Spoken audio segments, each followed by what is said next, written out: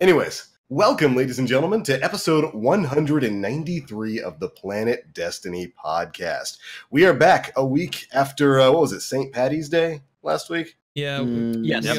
we all didn't want to show up for various reasons.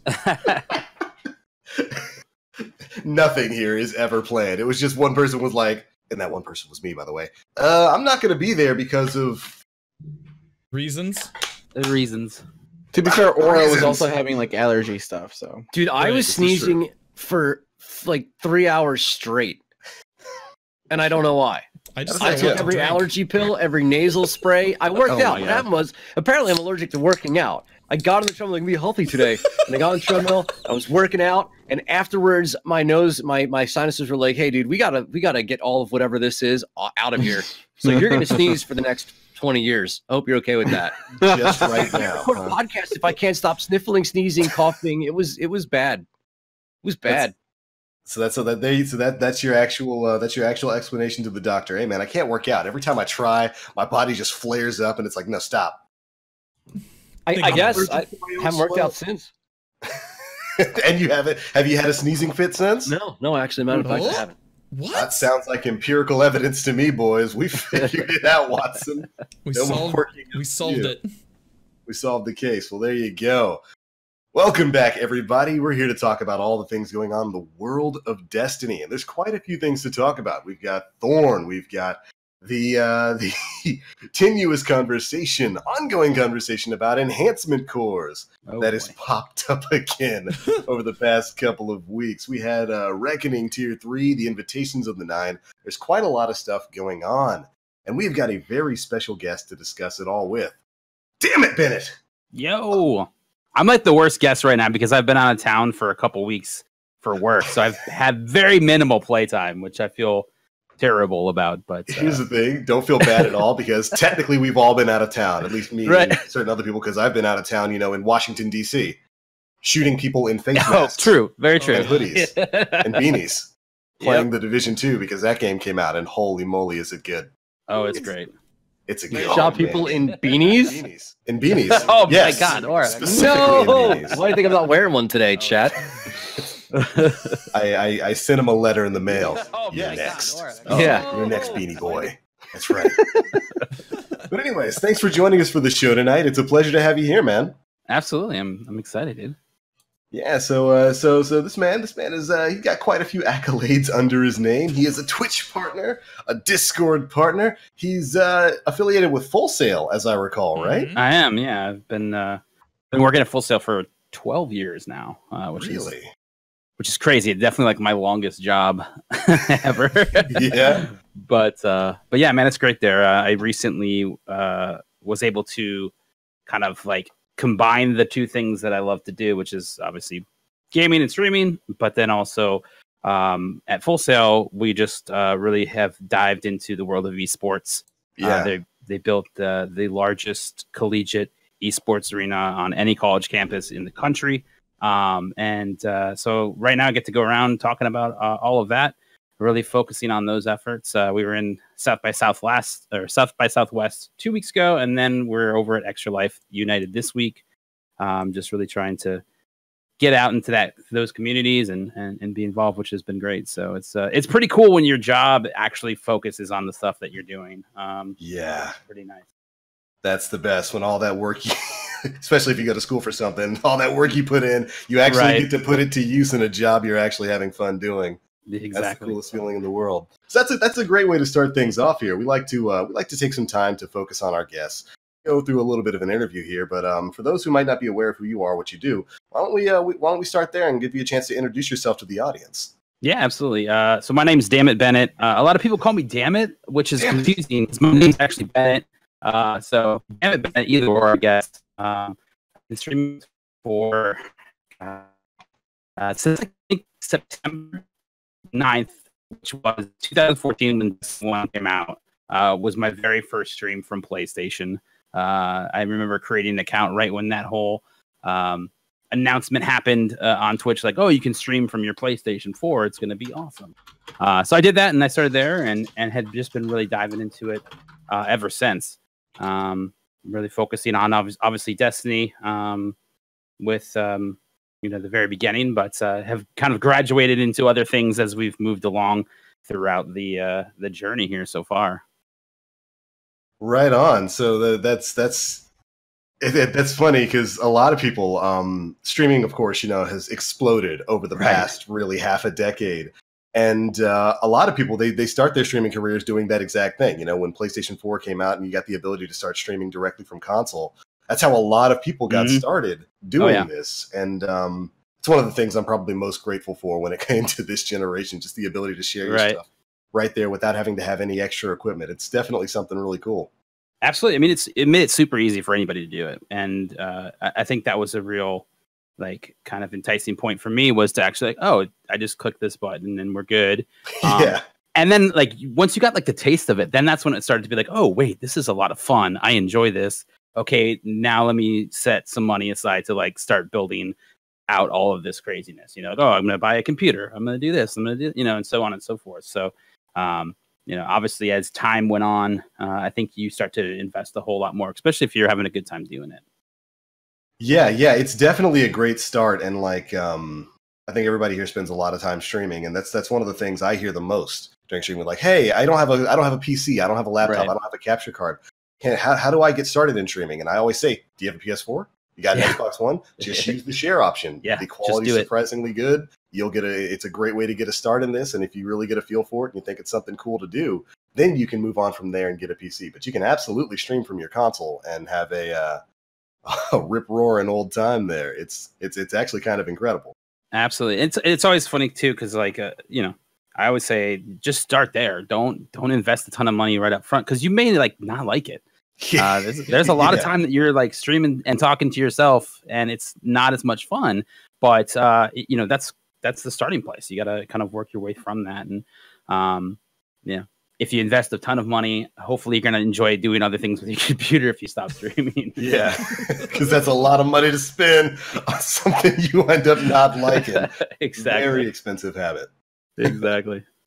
So you've been streaming for quite a while.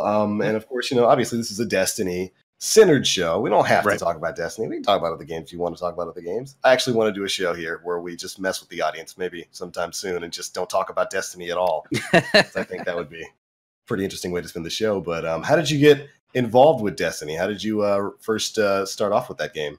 Oh, man, it's so funny, too, because around I've been a huge fan of E3 for, as long as I can remember. So I would always watch E3, and it was right around the time they started talking about Destiny. And I was just kind of I've played Halo. I don't really care. I was really into Battlefield, so I was watching a lot of that stuff. And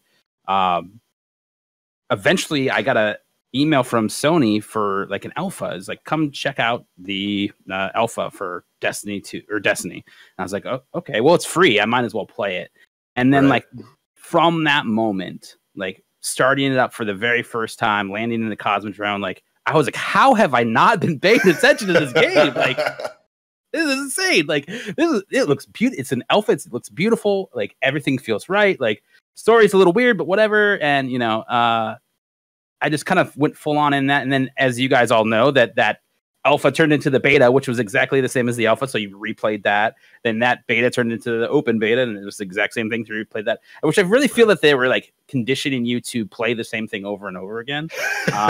Which it still got me. It still hooked me in, and just the world, the lore behind everything, it really kind of grabbed me. And this was my new obsession, was to play this game. And that's really where it started for me. I think it's funny because if you're familiar with my channel, my logo is a take on the Jade Rabbit, and he's got a big old beard. For a while, he was a zombie, and the very first thing that I got in that alpha, they opened up the moon for 4 hours, kind of what they did with the whole. I remember that D2 during the beta. Yeah. They opened up the moon, and my buddy Stunt Mustard and I, we were we're going, and we went there for as long as we possibly could till the servers turned off. And the very first thing is I opened a gold chest, and I found a Jade Rabbit emblem. And I was this is the coolest thing ever. I love this logo, So I was I'm gonna make this mine somehow. we tried to do it justice. I don't know, but it was one of those things where the game just had so many kind of loops that you wanted to be in. And I think for me, coming from a background of playing things like Battlefield, you know, I had never played this type of game before.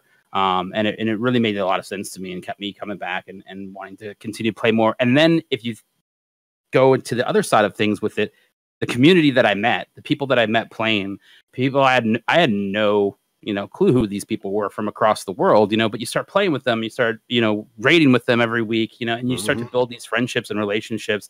And that's really where I think it continued to grow and continued to move on for me.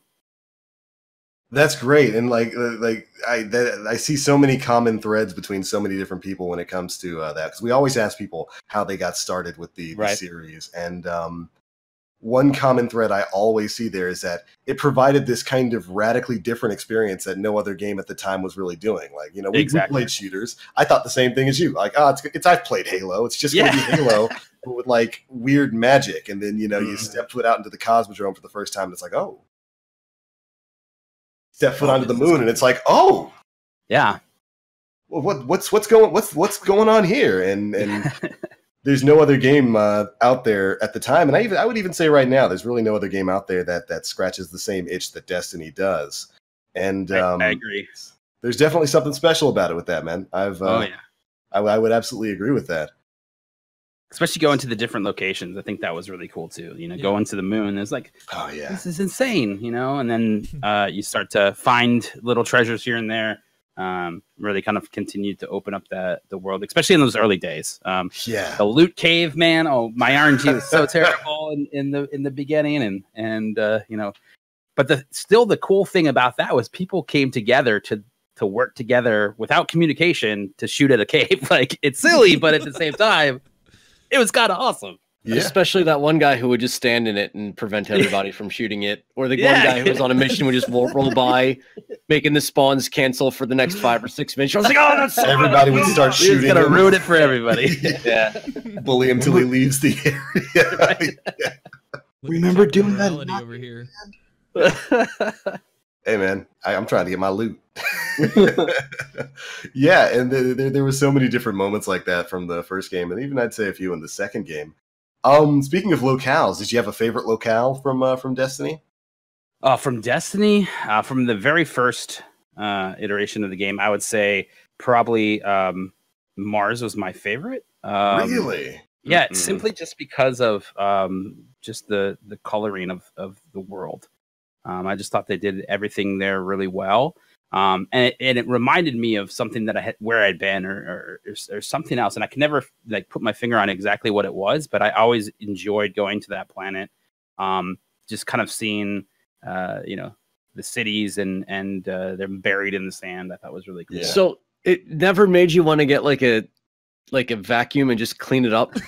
Yeah, dude. Because when I went to Mars, I was like, I just want to sweep this. I just felt like it was so dirty. Oh God, it's a lot of cleaning, bro.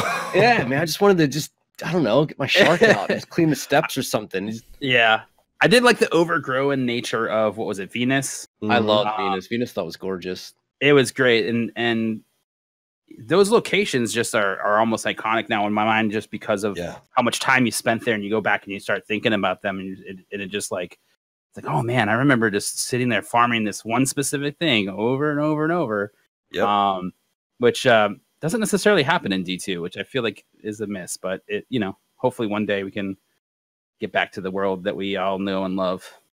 So what's your favorite location in Destiny 2 then? Destiny 2 definitely would be Nessus for me. Really? I really like kind of the architecture that they've got going on there. Which is hard to say because I feel like all of the places now everything in this game is incredibly beautiful, right? They did such a great job. Skyboxes are crazy. The textures just look fantastic. So it's hard to really choose, but for whatever reason, Nessus has always had that kind of that same feel to like Venus as well. That I've always really liked. Right, it's got that very same sort of Vex architecture and that same sort of feel. I'm always surprised when people don't immediately say Dreaming City in Destiny 2, because that's just become such an overwhelmingly beautiful place in my mind, and it's where I spend most of my time anyway.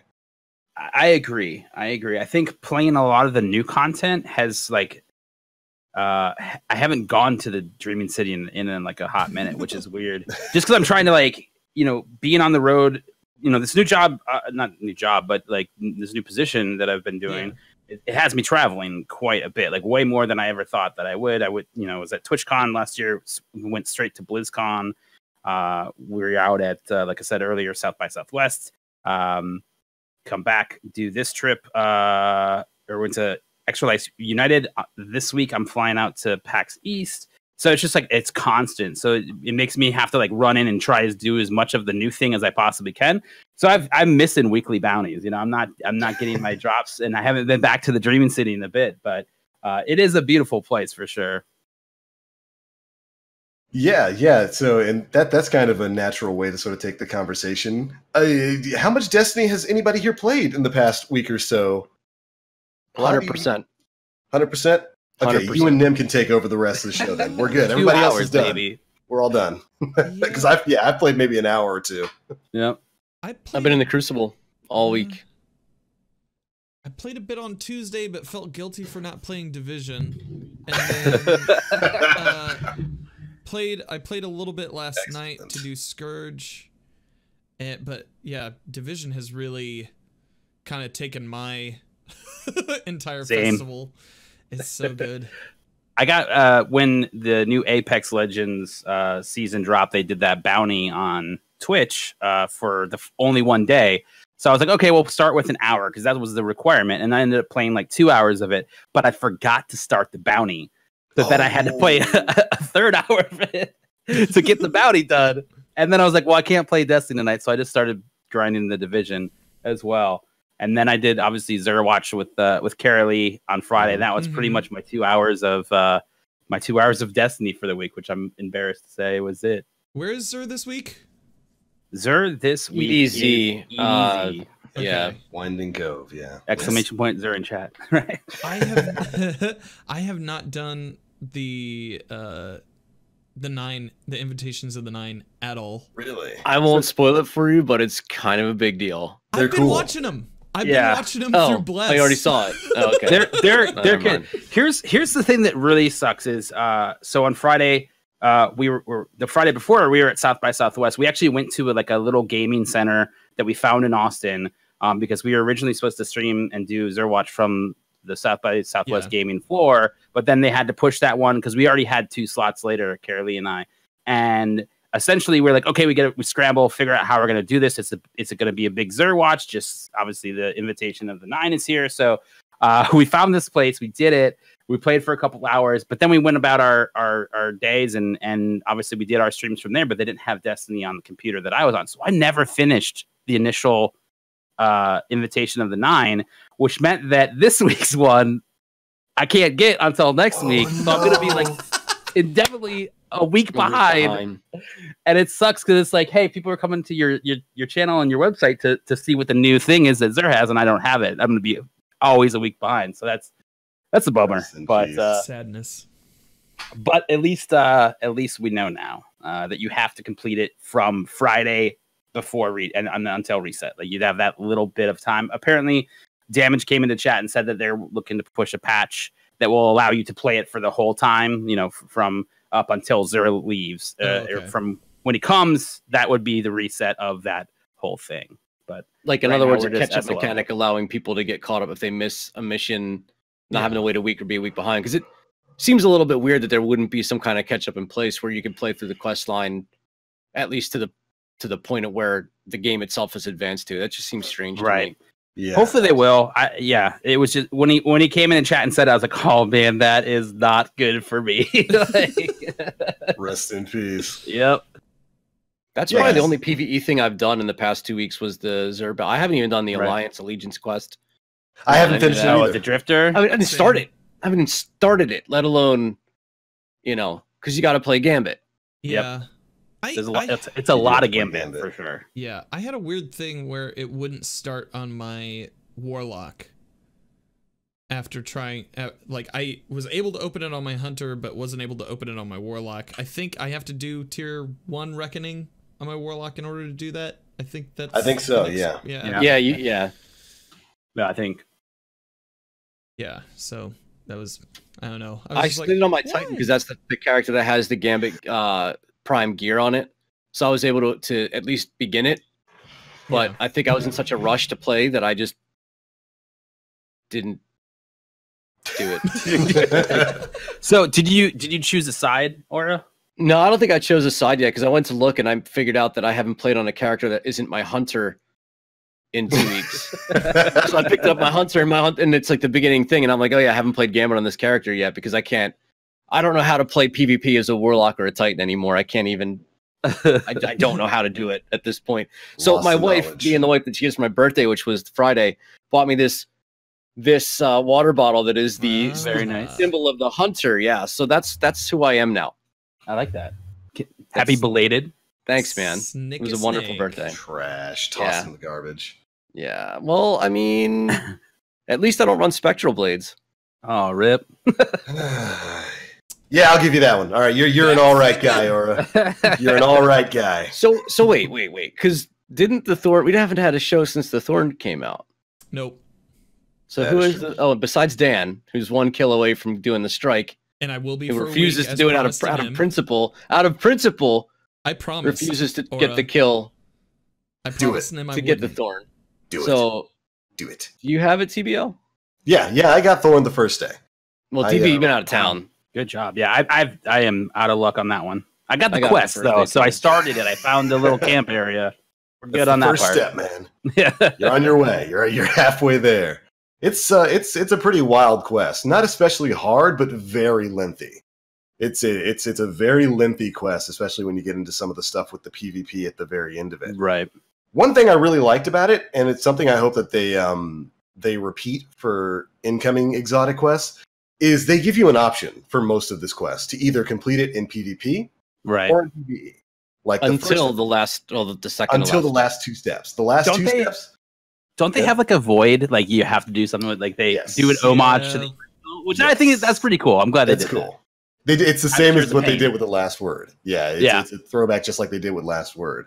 But for the first 4 or 5 steps, you can either go and kill a certain class of character in PvP, or go complete these objectives in PvE. And I thought that was a really good way to handle things because there are a lot of players out there like Aura who spend the majority of their time in PvP. Right. And they want to get some of these exotics that are going to be dropping from quests and whatnot. And I think that's a good compromise moving forward for them to add that in. But it's funny. The last 2 steps of the quest, one forces you to go into PvP, potentially comp if you actually want to get it done within a reasonable amount of time, and then the last step forces you to do a ridiculously hard strike. So you do have to play a little bit of PvP and PvE. Yeah, really neat strike.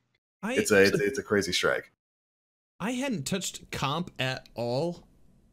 For the last 3 seasons, and I jumped in recently for this one, and I've been having a blast. I don't know what all you guys are talking about. I haven't observed any sweat whatsoever.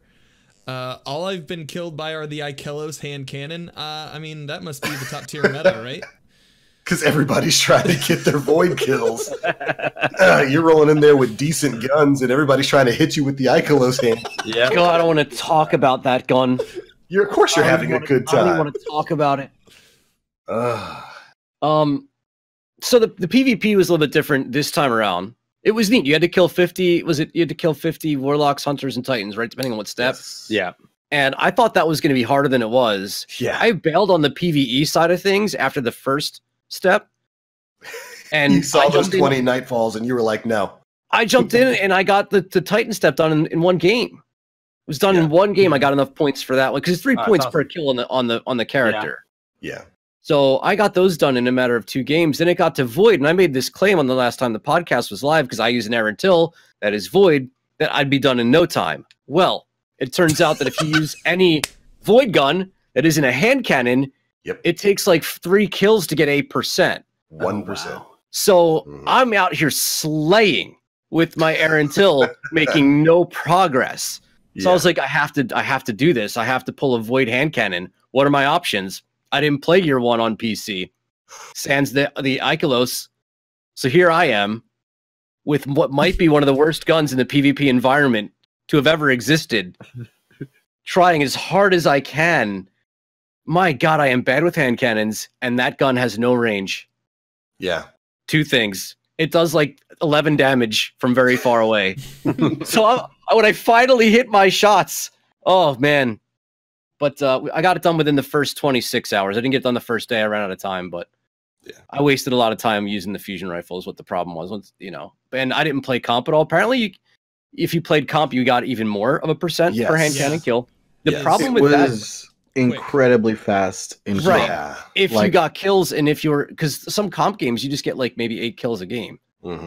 You know, yeah. So I mean, getting the precision kills with a void hand cannon further multiplies the tons of points. Yeah, so you guys hit your shots. I got that done honestly in less than like 10 games. Yeah, right. Yeah, I actually played with Nim for a lot of this, and I remember we were playing comp together, and one game he got upwards of almost like 25% in one. Yeah, game. I think in a solid game I got I got like I went from 28% to like 46. If it's not a fusion rifle, I'm trash with it. So, you know, I actually completed it for a buddy of mine. He was struggling. He was like, he just doesn't play PvP, and I was like, hey, this man doing recoveries? You did an account recovery? How much did you charge public them? How much did you charge? Service. I mean, how much did you charge though? Gave me Sekiro on Steam, so like, you charged him $60 game, $60.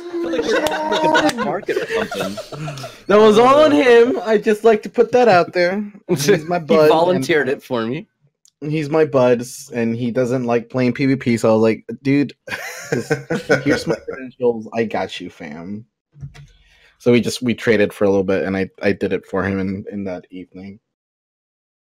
Yeah, it's like I said, it's not especially hard to get the points that you needed because it is like 500 void points.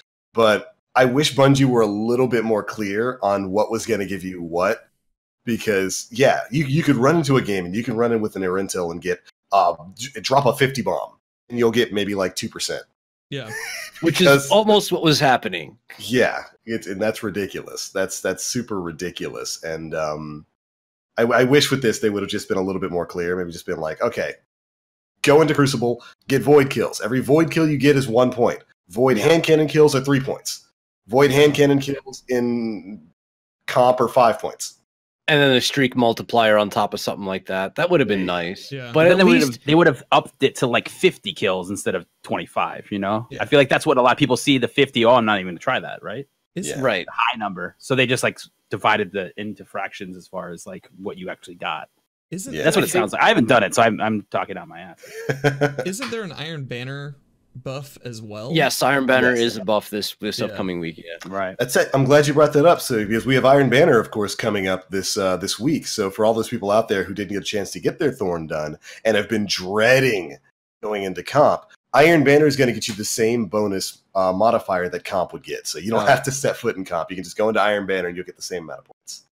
Let me ask you guys this: is having to use a hand cannon to progress at a faster rate better than having to go positive? Yes. Compared to Destiny 1's quest line, where if you went negative, right, you would lose points in your progress versus going positive was the only way to really, well, you wouldn't lose as much. It wasn't an even 1-to-1 drop, but do you think it's better forcing you into a loadout versus backwards progress? I feel like I was forced into a loadout in Destiny 1 anyways, because there was only like 3 things that had the void at the time, right? Yeah. And there was one, and it was the best one was what was it was from the raid. The Word of Crota was the hand cannon. Crota, yeah. The Praetor's Revenge was the sniper rifle. Atheon's Epilogue was an option. Exactly. Yeah, that was so you were kind of forced into it anyways. There wasn't a whole lot of options. But at least if you were good with an auto rifle, you had an option. Yeah. If you were good with a hand cannon, you had an option. Whereas now, if you're not good with a hand cannon, it's going to take you. And listen, I'm an idiot who forced myself to get through it the first 26 hours because I wanted to feel like I was relevant and, tweet DMG and be like, look what I did, But I did it. Yeah. So I don't know. I started that quest like 3 times in D1, and I kept throwing it away because I got so frustrated at it. So yeah, it was a rough quest. The strike was no joke, though, and no one really talks about it. The Fogoth, I would have loved it if Fogoth made an appearance in Destiny 2. Yeah. If they threw us right back into the moon, into that strike, that would have been so neat. But everything was shielded. Like everything Yes. was shielded. And it felt like there was burns on that too. I don't recall. I don't remember because it was a long time ago. But this strike, Savathun's, not everything is shielded, but you're basically one-shot the entire time. It doesn't matter what power level you are almost. You're basically one-shot the entire time you run through it. You know, and part of the reason for that is they use a new modifier. Right. There's a modifier active in this strike at the end of the quest that is only active in that quest. And it's basically enhanced elemental damage for enemies. Their elemental damage is stronger against you. Yours isn't any stronger against them. It's basically like burns from back in D1 where, you know, it's triple. Well, burns were like triple damage in year 1 of Destiny 1, weren't they? Yeah, that's what it felt like, yeah. Yeah. That's pretty much what the enemies get in this strike. And, it makes the Thrall hurt. They can two-tap you. See, but, they one-shot you in a Well of Radiance. Or two-shot you. Because we had to switch to play in our lives. If you're under level, we were like, we're going to be fine. We're all standing in our well, and it's like, shh, and then Guardian down. We're like, oh, shit. Clap. It's rip. Yeah. If you were, I think the recommended power level was like, what? I thought it was 680. 670, 680? I think it was 680, yeah. Man, that's going to be painful. Yeah, because if you were under that, you got one shot by Thrall. We were actually taking Cronus through it, and it was that man had to keep running. It was crazy. But chat is saying 660. 660? Okay, that's better. I feel like still felt like it was higher than that, considering I guess because of all the burns on it. Wouldn't much matter. They could have made it 500, and all the burns for the enemies and none for you made it. I mean, even in the beginning when that wizard comes down and is just raining you're like, I'm so used to doing this when I'm running Savathun for my heroics that I'm just going to stand here and tank all this because I'm a badass guardian. And nope. So Bennett, have fun. Mm-hmm. I'm looking forward to it. It's looking a lot forward of to fun. it. The weapons At least the worth it, Iron though. Banner thing was good that it's going to count as comp. So that will help out a bit. Yeah, and like I said, I think it's really cool that for the most part the quest lets you pick what you want to do, either PvP or PvE. It has options there. Like the first step is to kill a bunch of warlocks or go do 4 nightfalls. And I think that's cool. I think that'd be a great way to do things moving forward with non-raid tied exotics, because that's a good way to bridge that gap for players who primarily enjoy PvP or PvE to both have access to the same sorts of things. And it's worth it. Thorn is good. It's so good. You think so? I do. I think it's great. And surprisingly, it's surprisingly good in PvE. That's probably where it's the strongest, in my opinion. Yeah. Is PvE. I used it during Blindwell and didn't reload it at all. Yep. And constantly had the most damage buff I could have. But with PvP, it's good. And that's really about it. It's not great. I don't see it replacing a lot of people's loadouts. I don't see it replacing Ace. I don't see it replacing the Last Word. Yeah. Because you get this damage buff, and how it differs from Thorn and Destiny 1 is when you get a kill, there's an orb that it drops. I forget what it's called. You guys probably know. And it gives you a damage buff on your next kill. And does it stack or is it? I think it stacks. It doesn't stack. It refreshes. Right. So you'll cap out at 10 seconds for the remnant, but it doesn't stack any further than that. And you put yourself at risk in running into a lane to grab that orb in PvP. Yep. So that's part of the reason why it's almost like I've made this argument. The fire rate's not the same, but like a Duke with Kill Clip or a Rampage or whichever one makes you 2-tap people. You've got a legendary that kind of fills that void of wanting to 2-tap somebody. It's gonna be a shorter or a longer fire rate, but it'll do what an exotic weapon has to offer. Mm-hmm. It's just, I mean, putting Thorn in the field of Ace of Spades, Lunas, and Not Forgottens, it's always just going to fall short because on PC, 180s are the way to go in terms of hand cannons. Like Lunas and Not Forgottens are just going to be king regardless. The only thing that really can contest against that is Ace of Spades, because that thing has like 13 buffs it can get and just map you from. As Holtzman likes to say, it's got like 13 buffs. Yeah. So Thorn. How was it in Gambit, Nem? Was it good in Gambit? I wouldn't risk my exotic slot for it in Gambit, honestly. Yeah, don't take off Lord of Wolves for an exotic hand cannon unless it's malfeasance. The only in traditional Gambit, I won it. But if I'm gonna be playing Gambit Prime and I'm a dedicated like Reaper, then I could possibly see the worth in using it because I can constantly have ammo and burn through shields and stuff like that. But even then, it's still like I don't know. You're better off using something else in your heavy. Yeah. But I don't know. 20 like I don't know if you guys have gotten the chance to use a 21% Delirium. But that thing is Gambit to get it, for clearing ads, it is unbelievable. That's the one with infinite stacks on damage, right? It doesn't have. I think it stacks up to ×3, but it has overflow. Right. So you're doing more damage than the ×3 tells you, right? Mathematically speaking, or does it actually cap out at 3? It should cap out at 3. I'd like to see numbers on that because I just wonder if you put that in like a Well of Radiance or a Titan, like a Rally Barricade, and you just let that thing rip for the entirety of all of your ammunition. See, because that's the thing with that. I think because I used it with my Hunter, and the reload dodging resets the killing tally perk on it. So I'm not exactly sure if it works the same under a Well or a Rally. Because it's technically reloading the magazine.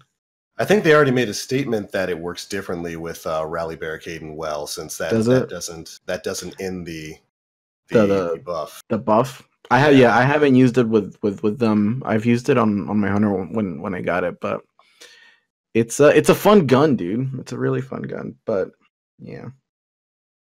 Yeah, I've got to get back into Gambit Prime and grind out the rest of that. I'm almost done with it because I want that machine. Stop playing Division and do it then. No. No. I actively refuse. That is the wrong decision for right answer. Now. Absolutely. I've put 58 hours into Division 2 and I need to put in another 58 more before I'm even close to being ready to take a break. Oh, I asked the other day how the Anthem directory was doing since Division 2 came out. Too soon. Too soon? Yikes. Too soon. Well, cheers. Yeah. But can we pour one out for Anthem? Yeah. I just feel like that game needed another year. I don't know, 6 months in the oven or something, man. A year would be great. Yeah. The good thing is it has the ability to do what Division 1 did at launch, where it can kind of reinvent itself a year later and probably still bring a lot of people back, because from the foundation, people enjoyed the gameplay. It was everything else people really didn't like about the game, and you can fix all of those aspects. If your gameplay is like shit from the beginning, then I think you're in a bigger, you have a bigger problem. But it seems like it was everything but the gameplay that people really didn't like about that game. So I think it'll be okay at some point. Absolutely, the gameplay in Anthem is super fun. There's just nothing to do with that gameplay. Yeah, there's no incentive to run any of the strongholds or. Yeah, it sucks. Yeah. Whereas, like, with Division, there's just so much to do.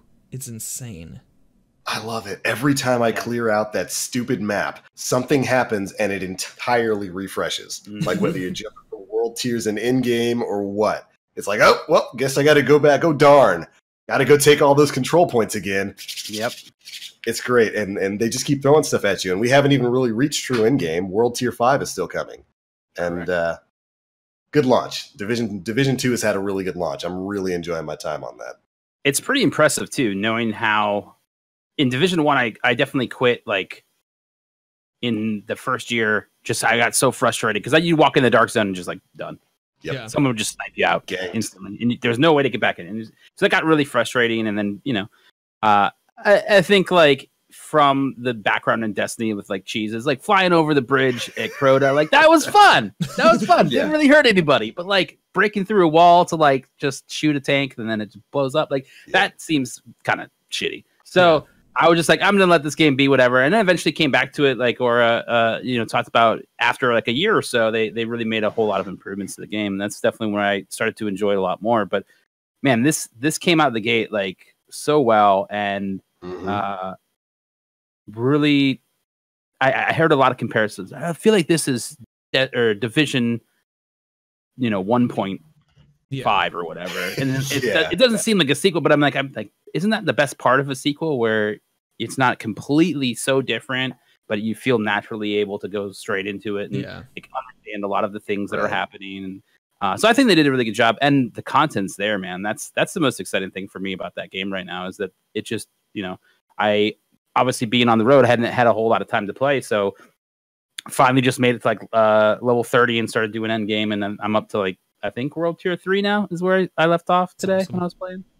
So it's there, and there's so much more. I mean, the whole raid thing isn't even out yet, which that is exciting. The fact that in D1, it's confusing probably for this conversation, but in Division 1, everybody wanted a raid and never got it. You know, you had the incursions, but they weren't, you know. So the strongholds kind of feel like the incursions now.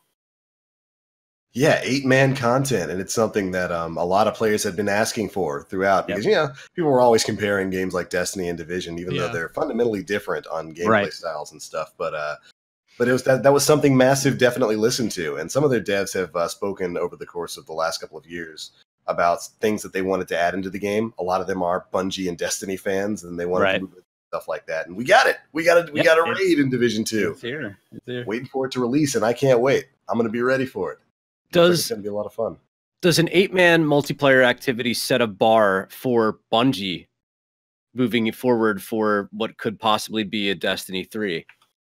Does it set a tick? Because I have to think, and I don't know a lot about Division, forgive my ignorance, but there tends to be a lot going on when I'm watching battles with NPCs running around, with bullets, with projectiles, with whether it's a drone or kind of like machine gun that's portable. There seems to be a lot going on for the game to handle. It's aggressive, right? So does that maybe set a bar for multiplayer co-op versus AI? I mean, again, they're different games, but they have a lot of similarities. Yeah, I feel like Division 2 is way more challenging than Division 1 ever was. Absolutely.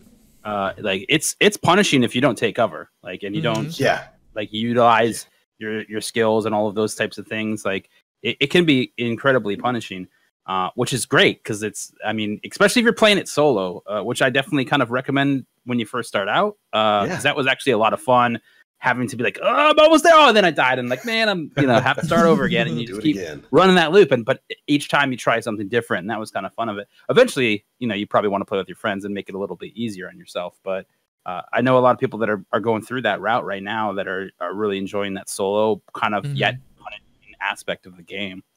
But I would say, I think that Destiny 2 is a little bit more casual than I would have liked it to be, and I would be excited to see some more kind of challenging loops that also had purpose, I think, is the most important thing when you start talking about Destiny 3. Yeah. Now, is that something that, like, you feel Destiny 2 is currently sitting at right now, or it's in a more casual state, or is this referring to when Destiny 2 initially launched? When Destiny 2 initially came out, I think Destiny 2 is in a pretty good spot now, but I feel like, and I was saying this on stream the other day, was it obviously launched in that kind of crowd of, hey, we're gonna make it easy for everybody to get all of the things, right? Versus Destiny 1, where you're like, I grinded, you know, I'm an idiot and I didn't buy the Gallhorn from Zerv. Like, nobody did. I know like 2 people in the entire population of the game who even knew what Zerv was at that point, or had the strange coin to trade for that at that point. So like, no, don't guilt yourself. But I love, because that's not your fault. The challenge after it, you know, it took so long, and every week I did the nightfalls, I did the raids, I did all of that, man. I was just trying. I wanted to have that gun. I haven't yet found that in Destiny 2, and there's some great guns that do some really cool things, but I've just been like, it's the friggin' Dreaming City ship is what it is. Damn Shattered Throne ship is what it doesn't fire a bullet, and that's the one. That's the Gallahorn of Destiny 2. Honestly, the only thing that gave me that sensation that you're referring to there, damn it, is chasing after 1K. Yeah. That's probably the only time I really felt that I was like, shit, I gotta grind I gotta do this raid on reset like every week to try and get that 1,000 voices, because that was for me, that was an awesome carrot to chase. Oh yeah. But I don't think there's really Maybe malfeasance, but that's because I just really wanted that hand cannon. But as far as like something that was like, wow, that looks amazing. There was a quest to malfeasance. Like there was a quest to malfeasance, but it wasn't something that was like attainable from the get go. You had to wait for the for the thing, but then you had to get lucky enough for a meatball to spawn. That's true. I don't even want to remember that initial fucking. But you're going to, Nim. Yeah, it's gonna happen. So there's things that I really want, but there's nothing that I think has had that feel. But I don't think that's Destiny 2's fault. I think that's I've been playing this game for 5 years, so that wow factor. Because I never played, we talked about this at the beginning of the podcast, I'd never played a game like Destiny in my life. I went from Super Nintendo and sports games to like Medal of Honor, first-person shooters, to Call of Duty, then to Titanfall, and got here. The first game where there was like loot involved that you didn't earn by gaining levels and getting kills with an iron sights to get a red dot. So this was the first time I'd ever played a game like Destiny. So those moments, and by the way, I had 3 Galahorns, I had 3 Vision of Confluences, I had 3 Fate Bringers, I had 3 the sniper rifle that reloaded itself. Look at chat. Look at this guy just like randomly flex in the middle of He's got the middle of he just fucking comes around. He's like, I got 3 of this, 3 of that. I want to tell you guys why. Because when someone hit me up to raid, I wanted to be ready to go right then and there. Okay. I didn't want to have to go back to the tower. Be like, dude, give me 5 minutes. Let me go to the tower. Put my weapon, change my character. Oh, dude, which character has that on it? Oh, I don't know. Because Dim didn't exist back when I had to go uphill both ways to raid. Yeah. All right? All right, Grandpa. That's why I had 3. Now that we have Dim, all you kids out there are like, oh, just give me a punch a little button. I got my gear. You have no idea what it was like. Let me pull it from my collections. You kids. I'm like 2 years younger than you. But that's why I had 3 of everything, because I wanted to be able to go in at a moment's notice, not have to waste anybody's time. Because most of the time it was in LFG groups, and as we all know, those can be kind of time temperamental anyway, where it's like, yeah. If I don't get in there really soon, Johnny might have to go eat his meatballs, not be able to actually do the raid, and I want to get the raid done. So that Scrabble that's game's why really I had 3. fierce. Yeah, I was a serious PvEer, dude, back in D1 vanilla days. Like, that was my jam. And now I don't leave the Crucible. Well, you found your cradle. You'll stay there. Found where the Aaron... Well, actually, the Aaron Till is really good in PvE, too, so I can't even say that. It's a good fusion. So I got a question. With all of these guns coming back from Destiny 1, how do you feel about the possibility of like other content coming back, whether that be raids or other planets that we've already been to in one game? Fogoth. I mean, Fogoth would be an I want awesome Fogoth back, strike, dude. Like bring back Fogoth. It would be very cool, and I definitely think there's an avenue to do it. But yeah, I miss the moon. Yeah. But and the tram, I don't even know what it was, but like the tram car, or whatever it was. Yeah, I dug that. But we've talked about this too, where it takes like for a set of armor to come in, it's 2 weeks. So the technological side part of it aside, let's say that they could hit a button and it comes forward. Just that easy. Yeah, bring everything. And it even made it sound bring everything. That was Give me the whole sound game that it made when you did that. So yeah. I'd say this: I would love to play Destiny 1 on PC. Oh my God, yes. Could you imagine how great that would be? You know, the field of view, the frames, it would be a lot of fun. Instant Twitch directory destruction. Yeah. Oh God, that's been a pipe dream for like forever now, especially ever since we stepped into D2 on PC for the first time in the little beta they had back in like the summer or whatever. Right. All I've wanted since then is to play D1 on PC. That's all I want. I just want my FOV. I want my 120 FPS Vault of Glass experience with everything from Age of Triumph available right off the bat. Oh my God, that would be great. Part of me wonders, though, how much harder that would be now without a publisher, and the fact that that's still technically under Activision's publishing status. All right, so all that aside, all right, because this is no fun. Let's stop talking about reality, guys. Yeah, all that aside, I mean, it's part of its staples of the game. You're talking about things that were statement pieces. You're talking about the things you would put on your mantle in your home, right above your fireplace. I don't mind any. A lot of people don't like reskins. A lot of people want new and like refreshing ideas, but they were part of the ecosystem and the story. And this narrative is progressing. I don't see why certain things even like need to be left behind outside of spectral blades. You know? Leave the back flippers alone. You're fine. We just want to hug you. Says the user. Existing people. So many games do like a Masters Edition or whatever it is now. You know, like I feel like Destiny 1 could get that treatment. Maybe not next. Maybe it's got to be D3 or whatever they're going to call it. But at some point in time, I would see it coming out where you could get the pack that has all three or whatever. You know, like oh man, I just feel that that would be an interesting thing. But then you gotta remember that it's a live game, right? So just make whatever next iteration of Destiny is. Just combine 1 and 2 and make it all a fluid thing. You almost wonder if there's enough room on console to do that. Like I look at games. No. Is Warframe a game you can play on? No. The answer is no. Why it couldn't? Because I mean, the thing with Warframe though, exist. the thing with Warframe though is that it maybe has like 2 static maps and the rest are what's the word? It's that randomization word that I can't think about. Procedural? Procedurally generated tiles. Right. Yeah, that's true. So it's mostly just it's easier on their back end for stuff like that. See, I could see something like that bundle that we are discussing on something like a new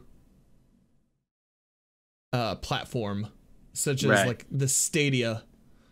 But like, I don't know how well that would work, you know, like with it not being a box in your house. Right. You know, I'll tell you this though, when I was out on the road, I remembered the very last day I was in Austin, that I had a beta to NVIDIA Now, which is like the streaming, same thing as the Google thing, right? Yeah. yeah. And I was like, all right, well, let's, try this out. I only had like my MacBook Pro with me. And so I fired it up, and sure enough, man, it was pretty solid. Every now and then it would have a little, internet hiccup because I was using hotel internet. But well, you have that now when it wasn't bad. I play against people using hotel internet all the time, to be honest with you. They're usually spectral blades. Yeah, they're definitely spectral blades. Just because I go to hotels to use my spectral blades doesn't mean you probably pretend to be one in the hotel room too. Do you jump on the bed and swipe? If you see Billy Boy 79 anywhere on your server, it's me coming at you in my hotel room. I stayed at a Holiday Inn Express last night. It's not quite that nice. It's a Motel 8 at best. There you go. But yeah, right there. I mean, the possibility of more Destiny 1 content coming back in Destiny 2 has been a topic of conversation for a long time. I mean, it only got more fierce when we got the Thunderlord quest, and for just the briefest of times, we were able to go back to the Cosmodrome. And which is pretty awesome. It was awesome. And like I'm sitting there clawing at that door at the end, like, let me in! Let me in! And but I know we've brought it up multiple times, but there was that data leak from over a year ago of in-game files that clearly indicated we were going back to places like Venus, the Dreadnought, Mars to do all kinds of patrol missions and stuff like that. That hasn't come to fruition just yet. Right. But it was in the game the same year D2 launch. Yeah, that's right. Yeah. Brand new. And they had also that end cutscene where the Traveler does its thing, and like everything that the light touched, we've like in order has kind of happened with all the different DLC and all that fun stuff. So I mean, maybe because I think the next thing the Dreadnought. The Dreadnought, It's the Dreadnought. You're right. I mean, I guess we'll see. Here shortly, but. I wanted to clean the Dreadnought too. Like that also kind of looked like it needed a good vacuuming. I can't that lie. looked like So it many needed cobwebs. pest control. So many Pest comments. control of the Dreadnought, please. But then they had that like sparkle ceiling tunnel thing. That was cool. Yeah. No, you guys don't remember that? Just me? I kinda Okay. remember it. There's just Spent a why we lot of need to go time back. there, but We need the refresher. We got to You get weren't back. looking at the if ceiling. we'll get sparrows on Mercury before we can get to the Dreadnought. Will never dude. happen. Never, bro. Never going to happen. Too many buttons to push, but whatever. We can't snap that into place. That and Sparrow Racing, man. God, that'd be fun. So there was a funny thing that happened yesterday. I might be able to find it. So we were playing the Scourge yesterday. It turns out you can turn your Sparrow around and go underneath the servitor. What? The guy who like sets you on fire. Yep. Wait, what? Let me find it. Spoiler alert. You can actually escape big flaming ball? If it was pretty spectacular when Studious Coma did it, and we were like trying to recreate it. His whole So what, thing. did you just like recreated or no? I wasn't able to, but then again, I was getting up to the sides, getting too far up on the sides. If somebody with better skills than I can do it, then So like, wait, what happens when he gets past you? I'm gonna drop the link in chat, and we're just gonna see what happens from here. How magical. I don't want to report myself. No, please. Don't report me. So I'm like an old man. Anyways. is the Continue. Dreadnought going to be a Savathun fight? Would that be Who the knows? basis for going back? Or are we going to go back there and it's going to be like, yo, go find this guy, beat him up and take his gun? That's going to be like the next, I don't know. I don't know, but like, Damnit's right. Basically, that cutscene we got at the end of the original base game was, it showed everywhere we were going to go in order. And What was the last place, though? Was the Dreadnought the last place? Because wasn't there some other funky, weird thing that I'd never seen before, but that doesn't mean anything because I don't pay attention?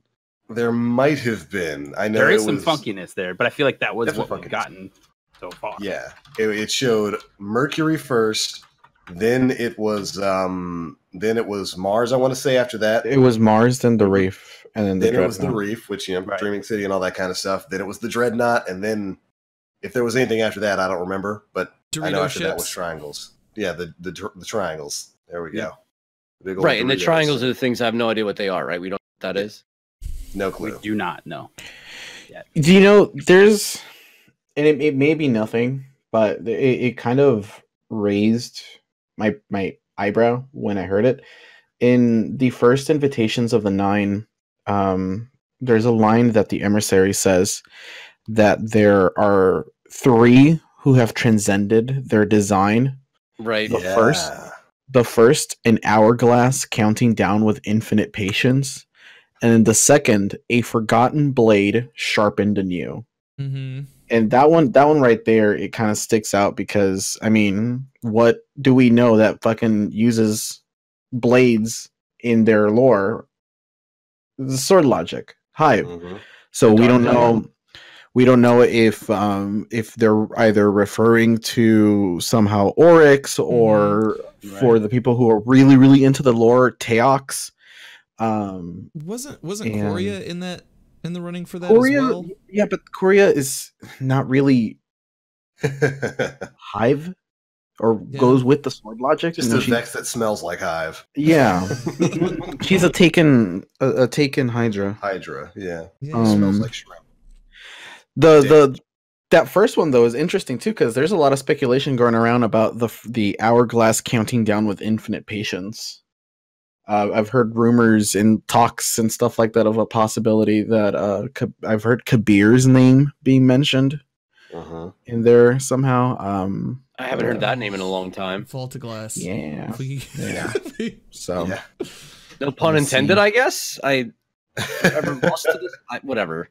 And there was that whole with the Whisper quests, right? There was the whole Yeah. portal that you could go see back into the vault. Like, Get definitely that sixth like, quest. The sixth yeah, I got quest. me excited. Stop doing this to me, Bungie. Oh my god. And the perspective they give to you there, these guys are such trolls, is from that broken Vex time gate that everybody made conspiracy theories about Exactly. 5 years ago. It's like, they know what they're doing. You know Oh, what you're yeah. doing, Bungie. Gotta try hard, bro. Yeah, you gotta troll hard. The Mhm. lore stuff in this is really cool. It's probably been one of my favorite things about the whole Invitations of the Nine thing coming forward. I love that we're getting to learn more about some of the stuff that's going on with like the Drifter, the emissary. We learned a little bit more about this week. We got a conversation between her and her ghost. That was neat. Did everybody get to see that? No. Spoiler alert, I didn't understand a thing about it, and I also fell off the map while it was going on, because I had no idea that you could fall off the friggin' map while that was all happening. I was like, am I supposed to stand here? Do I jump down? What? I don't... There's just a floating body here. Yeah, and then I walked over there, and then I died, and I thought maybe I like missed the cutscene, and everyone in chat was like, no, that was it. And I was like, what do you mean that was it? That was it. It was just a little conversation. What color was your ghost? I was dead. Okay. Well, on Reddit, there's a whole thing about like subclasses and whose ghost, like what color the ghost was. Yeah, for some people back and it's watch. like purple. So for some people it's like yellow and gold. It's crazy. I didn't know that. That's weird. I don't even think I saw a ghost. Mine was almost tell like you chocolate next week color. what color the ghost was. Oh yeah, When you get caught up, yeah. The chocolate ghost. That was another one. That's interesting. Wonder why the might need to go to the raid secret subreddit and do some digging on that, because I had no idea that was a thing. I'm gonna post it in chat again. Continue. Yes, sir. But yeah, so just to get us back to the point that started all this, I would love it if more old content came back. I'm still holding out for some of those old patrol zones to come back. Yeah, because I want to go back to the Cosmodrome. I want to go back to Venus. I want to do that stuff. Should we fight a fallen tank in the Cosmodrome just one more time? Yes. Mm-hmm. Many more times. That's the final boss. Yeah. The Cosmodrome looked great too in that little for the forges, and it was very lackluster for the final forge. Well, Whisper. Yeah. When you're a walking crit spot, Whisper laughs. So wouldn't do much else that could happen there, but the Cosmodrome looked great though in that little snip that you got of it on PC for sure, which made me want it more. Wasn't there like a thing though, where you had to wait if you waited around or something, like you could find it. You could find things. There were like five little voice lines that you could that's what it was. Run to, and they were kind of all over the place. It was unique. It was pretty cool. It's sad that I can't go back to that world space. Like, yep, gone that hurts forever. me. There's a lot of one and done things that were some of like the more masterpiece-esque things that Bungie did. Somebody in chat mentioned the Regicide mission back in D1, which is one of the better missions I think we've ever played all the way through. And I keep going back to the last word. The final quest step for the last word was the draw mission, which was really unique and special. And I'm sure there's a ton of other examples I can't think of, but in a game where we play through so many things so repetitively, some of these gems, some of the best content, we actually don't get a chance to go back and revisit. That's one of the things that I would like the opportunity to go back as a daily heroic mission to go back and do the draw quest once you've unlocked it for the last word. There's a lot of changes. I've been relatively active on the Bungie forums with feedback.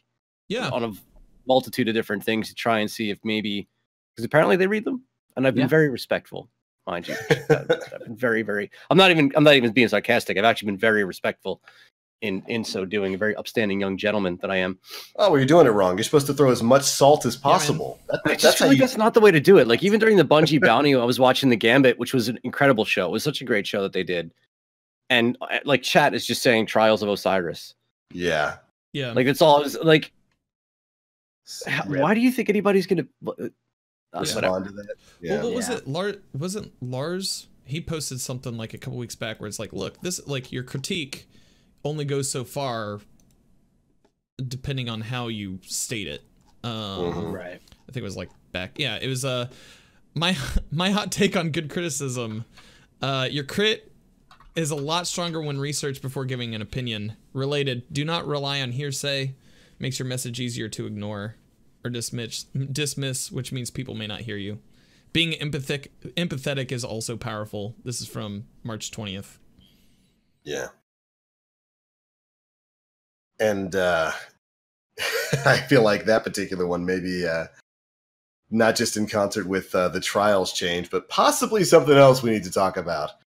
The enhancement core economy. Oh, your favorite. What problem? Why is Do we this have like economy 3 system? hours? Do we have 3 hours? Because that's all I saw on my Twitter like the other day. I don't. Stop infusing everything. Yes. Stop. We need to have a Stop talk. infusing Nem. Stop infusing everything, Nem. You need to be over 650 for like 3 activities. Stop. Maybe. Depending on who you're playing against in Gambit. Except they're activities you have to play every week. Stop. It feels natural to want to like put this new thing that you got up to the next level, but in the current landscape, it just doesn't work that way. And again, 3 activities, you don't necessarily need to do it. But I feel like there's always been that drive to get your light to the highest, right? That's always been like, oh, I've got to do this. I've got to be blah blah blah, whatever, you know. I think GSR Clyde is already 700. Like, Oh, there's a ton of people who are 700. They've hit 700. A ton. It's DB might be the best person to talk about this, and I know that TBL and Dan haven't played a lot of Destiny this week, but like, given the fact that you've been traveling so much, you've had such a limited time to play, are you finding yourself frustrated that you can't infuse all of your gear up to your max level like right now? I find myself frustrated because I came from a place where I had a ton of infusion material to a place where I have very limited amounts of it. So I have to be very like, okay, I'm going to do this to bump up this whatever, you know? Like before it didn't matter. I had enough. I could just do I'll put that up. I'll put this up. But now I have to be like way more strategic about what I actually want to have part of my loadout. Which is the entire point, right, of the system. So there's a couple things at play here. One, you get so much gear in this game. Loot is literally thrown at people by depending on what you do, by the hundreds a week, where you're hitting delete. yeah. There's a chance that at least 1 or 2 of those might end up being a masterwork something along the lines. There's scrapper bounties that you get from deleting all these things that give you something to do that turns into a masterwork core. Sometimes. You've got guaranteed you drop. guys just don't hoard everything. That's what the vault's for. You put everything in the vault Everything and in you the don't vault, delete it. Like that's not You've how also this got game Spider. works. Spider also sells masterwork cores for a pretty penny, but he sells them. And so when I was leveling up my 3rd character on PC, I was running like triple shotgun for a level until I had gotten another powerful drop to move me along, because I just didn't feel like it was worth it for me to infuse another weapon along the way. So I was running whatever dropped for me. We've had this conversation for months almost. Whatever dropped, I ran until it came to a point where I had to make a decision, whether it was Shattered Throne, whether it was Last Wish. And that's the point at which I was like, this is my loadout that I'm most comfortable with. This is where my materials are going to go. And at that point in time, I didn't particularly care for matching armor sets or shaders. So I had the most ugly character that may have ever existed in the landscape, right? So I feel like it's hard for me to put myself in the perspective of a player who doesn't have a lot of enhancement cores, because I have deleted thousands of pieces of gear and infused next to nothing until I absolutely needed to. Right. The other thing is, this pushes a variety. You might find out that you love 10 paces, and you may have deleted 10 paces before because the next most powerful weapon that you got was a 10 paces, or God knows whatever the Dreaming City auto rifle is that haunts everybody. Can't think of the name of it right now. Tiger Spite. Yeah. You know, the bane of the Dreaming City. Loot pool, yeah. But a little variety didn't hurt nobody when you're trying to go through milestones. We're talking about milestones, strikes, heroic story missions. Not even Nightfalls. Doesn't much matter what you put in your heavy slot if you're running heavyweight. Yeah. Or whatever sins you want to choose as you're building your own customized Nightfall. So it's hard for me right now, being that I play a lot and being that I don't really infuse anything, to feel like there's an actual true issue behind why enhancement cores. Because if it wasn't that, it'd be something else. Yeah. Whether it would be, you know, X number of kills to level up. What was it? Is that what it was in D1? You had to rank up your gun. You used sparks of light or whatever it was, or motes of light. Yeah. And jam those in there somewhere. For me, being on the road a lot and not having a whole lot of time to play, Now that I remembered about this NVIDIA beta, though, or NVIDIA Now, I definitely will be able to play when I'm gone, which is nice. But because of that, I definitely I can feel for a new player, right? And I think that's something that a lot of people don't take into account about Destiny, because all of us have been playing since either the alpha or beta of Destiny 1, right? Yeah. There's still a lot of new players that are coming into the game that are having an incredibly different experience than what we have on a daily basis when we play the game. Yeah. And so I feel like if you can put yourself in like their shoes or whatever, you can see that, okay, it could be a little frustrating, especially when everything's driving home the fact that you need to get your light higher to do these, more powerful activities. Right now, where most people are at, they can kind of do anything. But if you're a brand new player coming into the game, there is a lot of shit to do. Like, there's a lot of content, and you have to kind of find what you want and go those paths. So I can definitely see that now, since I'm definitely poor when it comes to the resources for Infusion. I can understand the aspects of it hurting, but again, you have to go through that strategic choice of what is actually important. Is it the gun that I love to play with, and or is it this new thing that I just got? Maybe rock the new thing that you got and keep that until you get another new thing. I don't know. Yeah. So I saw this argument a little bit earlier, and the talk of modes of light kind of brings it back up. People were talking about, what if you just went back to that system? Like, take enhancement cores as they are. They're already in the system. You just change their meaning to be like a mode of light system. It wasn't incredibly hard to get them. Right. Like, they would just drop from different activities. But you had, wasn't it that you had like a guaranteed amount that you could get from certain things? Like, you got some from leveling up. From you got some from bounties. You got some from like nightfalls and whatnot, dailies and stuff like that. And stuff, Like, it was a commodity that you knew you had a source for, and you could get them in said quantity. So you're like, oh, I need 15. Let's go run a strike real quick, or like a few strikes and see what we can do. And like right now, it's just like you can get 2 cores from Spider each day for relatively low impact cost on you. You can get them from the scrapper bounties if you have those. And soon you'll random. Yeah, and soon you'll get them from the gunsmith, which I think is a great use for the gunsmith. If I could have more bounties, please, because that just increases each week what I need to do for Ikora. I don't know. But yeah, and what Rox is saying, so we want to regress to a token-based mode of light collection again. It's no, we do not. It's kind of the same.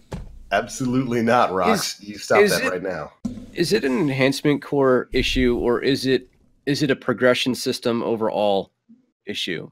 Meaning that here we are, pretty deep into Season of the Drifter, still being tied to milestones that we've been doing since Destiny 2 launched to progress our character. Yeah. Tied to RNG at that. So you might go an entire week where you get an energy weapon for all of your drops, and your overall, light level progress is a +1 or 2, because RNG hasn't favored you in a manner which is going to provide your character with a path forward. Is this leaked over frustration from that system? And I think bringing up a point where I just want to know where I can go to get them. If I know what I got to do to get enhancement cores, then my infusion situation is not nearly as bad, because there's a clear and direct path forward. I feel like one frustration kind of bleeds over into the other, and people get more mad about it because they're also mad about the other subject that is kind of closely related to it. Yeah, well, I mean, this has been an ongoing thing for quite a while, and my opinions on this subject are certainly no secret to anybody who's spent any time watching this show. You all know exactly how much I hate the enhancement core system with Infusion right now. I am fundamentally opposed to what they did there. I thought a perfect balance for Infusion was kind of what we had after Warmind came out, when they introduced planetary materials into the infusion process. So then, rather than just taking Glimmer and Legendary Shards to infuse everything, which was, we'll be honest, free. That was free infusion for everything. They added in a planetary material cost. So it started costing like 25 planetary mats based on the weapon or armor that you were wearing to infuse. And I thought that was a good mixture because planetary materials are easy to grind. They're not. Yes, they are. You could do anything. No, they are not. Complete a mission, do a bounty. Anything you're playing gives you planetary mats. Yeah. What do you mean? You could go do everything except for actually farming them. Have you tried pulling them from the actual planet-based? You mean actually going out there actually and farming them, like physically? Oh my word! That's why they added them to bounties and missions, man. No, nobody goes out and looks for planetary mats. I do. I'll say this. I remember in D1 just running around chest ones, right? You had a certain route that you would go to pick up all your things. Yeah. Oh, man. Kind of enjoyed that. The moon. Just that little circle. Yeah. Just ran in a circle, pulling up those helium filaments, dude. Yep. Mm-hmm. Make sure you had the right you ghost roll out on. with 120 by the time you were done. It might have been 20 minutes worth of work. You had 120 were set for the week. Now you get like one every 20 minutes. Like one or two. They don't refresh. Which was a complaint. That was a complaint back in D2 Year 1. So they started adding them as rewards for bounties on planets and for completing missions and stuff on planets. And it's pretty easy to farm them up that way. So I thought that was a pretty good compromise. I thought adding masterwork cores, as they were known back in the day, to the infusion system was unnecessary because there's no easy way to grind masterwork cores. Yeah. You have to go out of your way to grind them. You either have to get lucky with scrapper bounties to get them, or you have to go spend some money at the spider and get them. And that's not a very organic way to build things up. Sure. I haven't bought one from Spider recently. Does he still like multiply the cost of? Yeah. Every time you buy it, it multiplies. Don't do that. But there's different things that you can do. You can take your legendary shards. You can buy all the Mercury. The Mercury simulation seeds. Yeah, that's right. And then buy those. Go back. Yep. Drop all those into him because you're not going to see him for anything else but that now. Right. And that's what people do. Yeah. They up the cost of those things though too, so that let's say it took 25 before, now it takes 50. Yeah, but people are still gonna go and buy them. But here's the thing: that's not playing the game. Right. Yeah. That's not people going out into content. That's playing the economy. That's playing the economy. That's being Dude, what if they put a stock market in where you could bet enhancement cores or whatever and walk away? Oh my god! Bungie Wall Street, dude. I would bet on Crucible games. Yeah, that'd be a little gambling, little wager match. I'd love it. I'd take a look at some wager matches. What if that was Gambit Prime? You wagered enhancement cores at the beginning of a match. Oh, I'd take it. I'd take that. But my point there is that for enhancement cores right now, you have to go out of your way to farm them.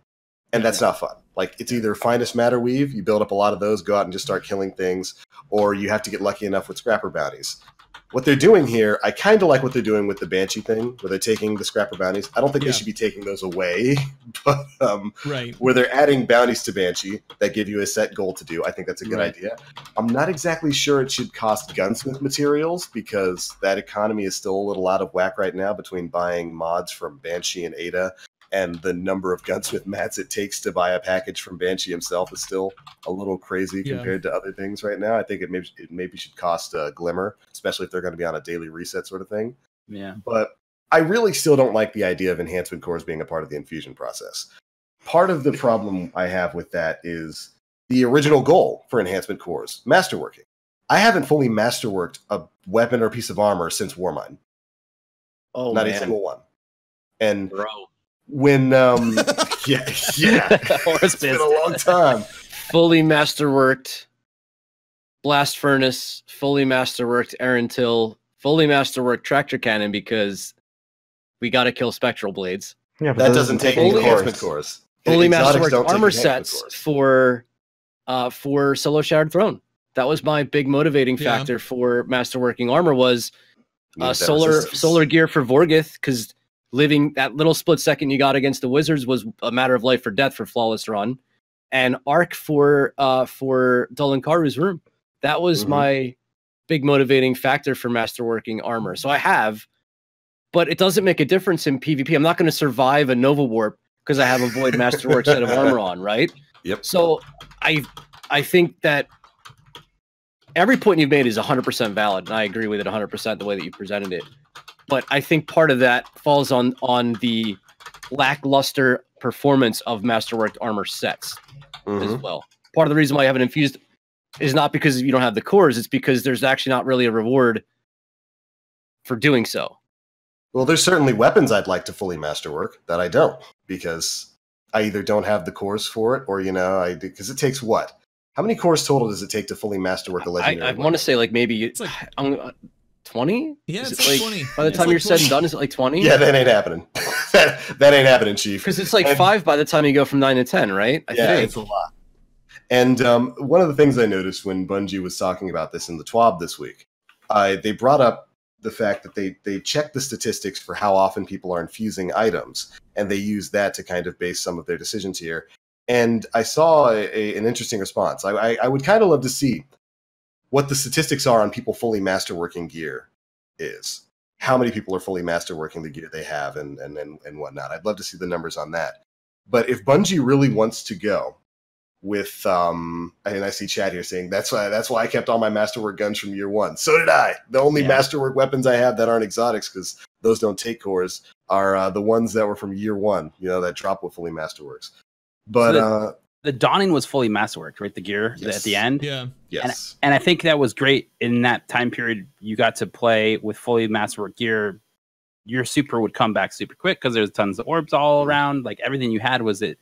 But then after that, you saw like a drop off of that where not everybody was playing with full masterworks. Like right now, my set is not masterworked at all. I don't even know when the last time I masterworked something was. But you're also in a different boat, or where you had a lot of resources, right? So you could master and compete. Or at that time, did you? Right. But if I only had 40 enhancement cores, my blast furnace and my Aaron Till are so strong they would warrant that decision to make it, because they're that good of a gun right now with the rolls on them and the sandbox. So again, I feel like a lot of this, and I even see chat making points like Bungie looking at how much people masterwork gear might not be very good, because how many people are using gear that drops already fully masterworked? How many curated rolls are rolling into people's inventories and being something that they use right from the get-go? A curated roll on the threat level from Scourge of the Past, for instance. You know, the curated roll of the sniper from the Dreaming City. I can never think of the name of it. I use it all the time. Twilight Oath. You know, so a big part of what people are using in terms of masterwork gear might be what's actually dropping from rewards. And again, I keep going back to this. The little bit of health that the little bit of armor you get from masterworking armor itself has really only lent itself to one instance in my entire experience in playing this game, which is when I soloed Shattered Throne. Right. You know, if I was in there with the crew, I don't need that masterwork armor at all. But because I did it solo, I had to rely on myself and play my life. That was why I did it. So this kind of leads me to think that a lot of the systems in Destiny 2 launched unfinished. In all of year one, we had one mod for a kinetic weapon. Yeah. You know, so clearly the mod system itself wasn't done, and it still doesn't feel very refined. And the enhancement and masterworking system seems really heavily favored in the weapon side of things versus what it presents to armor. Which in my brain is hard to think of what would masterworked armor do. It's definitely very lackluster right now on the armor side of things. I 100% have never, ever fully masterworked any armor set. And have you truly lived? I've had no need to do it. Maybe a weapon to either like get that extra range or reload or stability, but it's been super rare. Yeah, I'm looking at all of my armor sets. Luna's comes curated. Not Forgotten comes curated. Yeah. Exotics can't be masterworked outside of the catalyst you get for them. Correct. So when you're talking about weapons that, at least from the PvP perspective, most of the god tier weaponry already comes to the point where it's already masterworked. Like, yeah, but if the Not Forgotten wasn't, if the Luna's Howl wasn't, it'd probably be worthy of. I don't even know what the masterwork would be, or I can't, or what it is off the top of my head, but I don't know. What are you gonna say, Nim? No, I was just saying. I mean, they're few in between as it is with the Crucible Pinnacle stuff. I don't see the point of it. Mm-hmm. It's definitely complicated situation. One that I'm not really that fond of, but obviously it's a system that Bungie wants to continue moving forward with. It's obviously a system that they want enhancement cores to be a part of that equation. So my argument for that is, okay, if this is what you're going to do, if this is going to be a system that we're going to have moving forward, then there needs to be much greater access to enhancement cores. And I don't think the argument for that should be adding another bounty to another NPC. I think enhancement cores should be dropping from other things. It should be dropping from Nightfalls. It should be dropping from your weekly stuff, your powerful drops and stuff like that. Same way Motes of Lights did, right? Similar to what Motes of Lights did, because right now the problem is people aren't going out of their way to get enhancement cores. Every time you level, you should get at least 5. Or every time you level. The enhancement cores should be dropping alongside content that you're already getting done. You go in and getting your blind well runs done for the week in the Dreaming City, you should get enhancement cores as part of that powerful bounty. Anything more than Baryon buffs or whatever they're called, dude. Anything but them. Bows. Even with like the loot boxes you get every level, if they dropped 2, 3, whatever. Like I think right now, like the only real way to get that while playing the game is with raids. Like if you get some of the curated drop raids, you can shard those for a decent amount of cores. But you get like 3 cores out of that, right? Like 3 or 4. Like I don't know. I feel like if you're going to do this investment system with it, where we're talking about like having it drop from everything, that the return on the investment should also should be seemingly pretty large too. So like say you have a fully masterwork gun or like armor piece, like getting 50% back of what you invested in, I feel would be okay. You invested that time and that resource into it. If you decide down the line, you know what, I don't need that. Getting like 10 cores back out of 20 would do a lot. It's a little weird that the infusion economy is the same as enhancement for your weapon economy too. Like, is it kind of strange that it's a dual purpose, a commodity where it's you're making your gear more powerful, but it's also literally increasing the power level of it. So like, I kind of feel like enhancement cores could certainly be a thing moving forward, but maybe only for masterworking and not for actually being an economy that you use for progressing your infusion forward. So divorcing them from the infusion process? Is that what you're saying, Aura? I can see that being a more a more fluid transition, but this also goes back into the fact that if this is going to be something that continues into development, mods have to be more variable than they currently are, and they need to do something on armor or not be there. Yeah.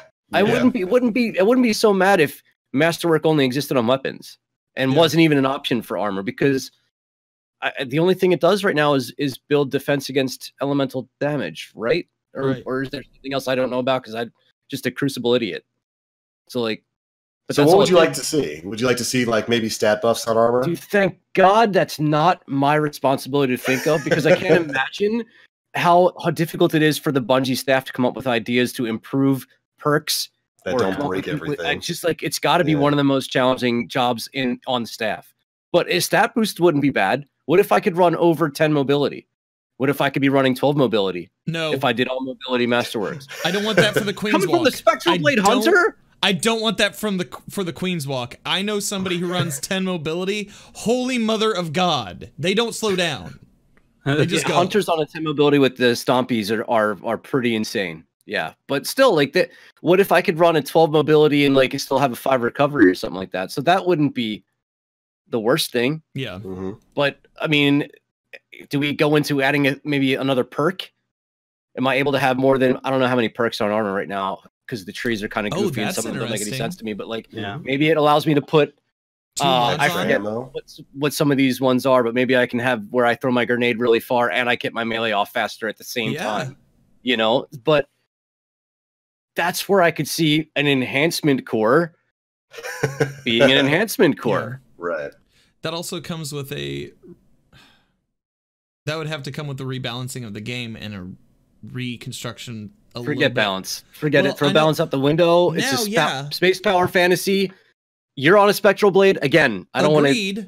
Agreed. Look, I'm here. I want the power fantasy too, but it would involve them changing their philosophy for design for Destiny 2. God, you have to get so technical every time. That's not our job here, Dan. I love you. That's just gonna be my answer. It's just purely emotional. No, but look, argument instantly over. But at the same time, like, no, that's kind of what we are here to talk about. We can talk about like the big things in the game and what we want from it, but there's also like core realities that we have to come back to. You are correct. Makes me sad, but you're right. I think that what you said earlier, or was the progression system.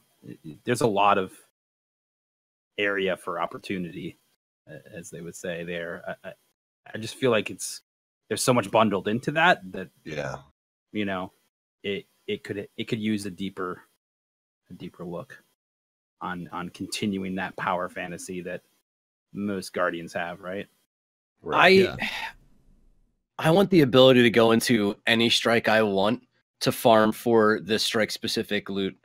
Yes. And I want the ability to make that strike a Nightfall tier with modifiers for a greater chance at getting that end game, that Nightfall specific, or that we had that economy perfected in Destiny 1. Yep. Like, I don't understand why it's not a thing right like in D2. Like, I don't understand why these strike exclusives are only tied to Nightfalls when they were fine in Destiny 1. Get your skeleton key, go run a strike, open the chest, and if you get your loot, and if you don't like it, get another skeleton key, run the strike again, so you can get a chance at your at a better roll. Like, I don't understand why that system went away. It was fine. That tilts me so hard. Destiny, I love you, but you make it hard sometimes. Yike.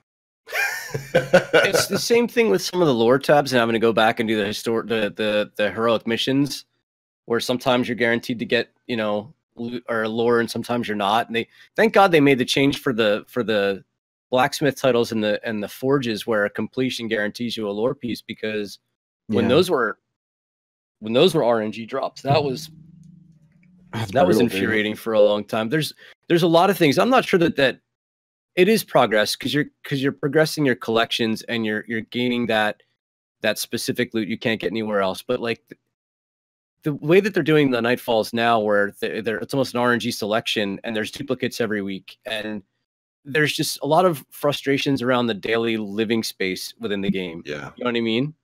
And that's kind of, I think, at this point in time, where we're kind of looking for that to maybe turn a corner as we enter into and get closer towards, maybe not Season of Opulence, but what comes thereafter, because whatever's coming in Opulence is probably fixed by now, or set in stone, I should say.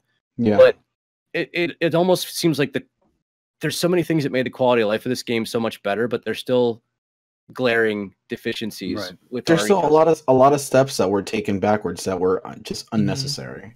Right. Yeah. I will say that this, I mean, once Forsaken came, I mean, fundamentally, Destiny is in a much better place. Yeah. Oh, unquestionably. Absolutely, 100%. Yeah.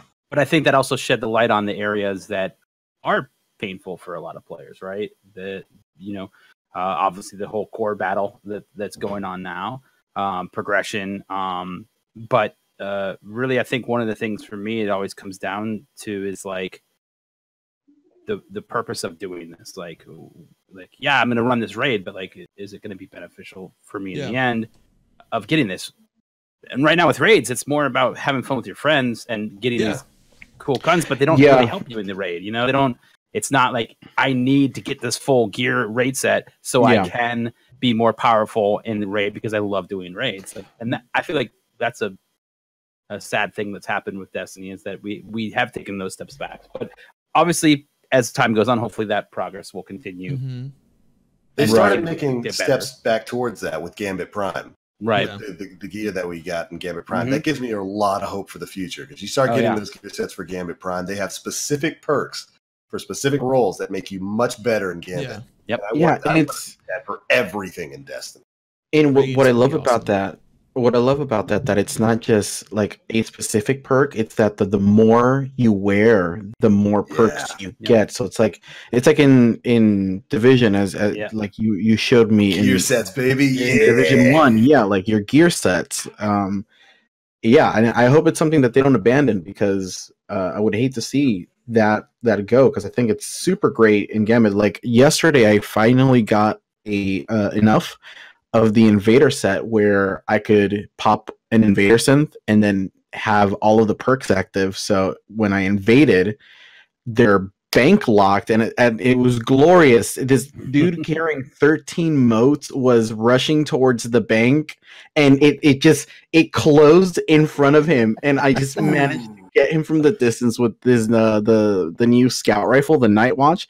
Oh, and it just brought so much joy to see that happen. And I made my way down, and because when you get the Pinnacle perk active, you drain their moats if you're close to their bank. And I was just like, oh, give me the moats, baby.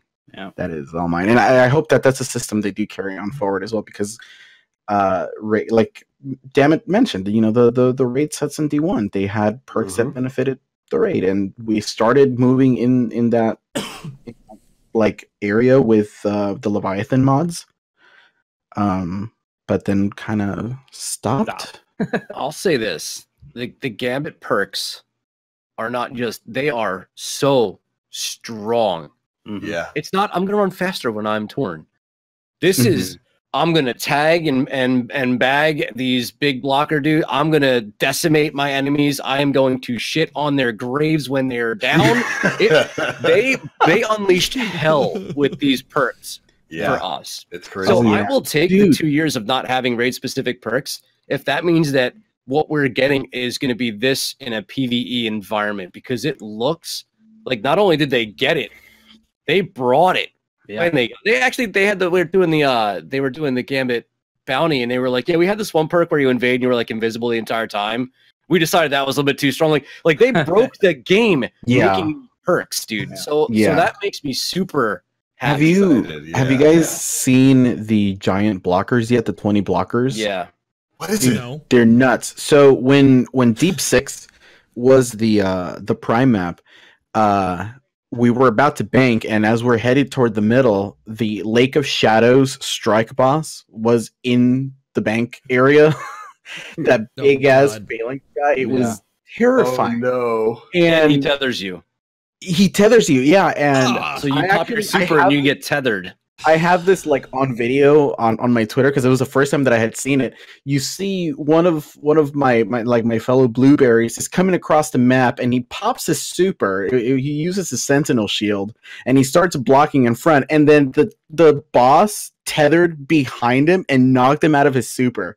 It's such a game changer. Like, they're really, really good. That's what they're doing.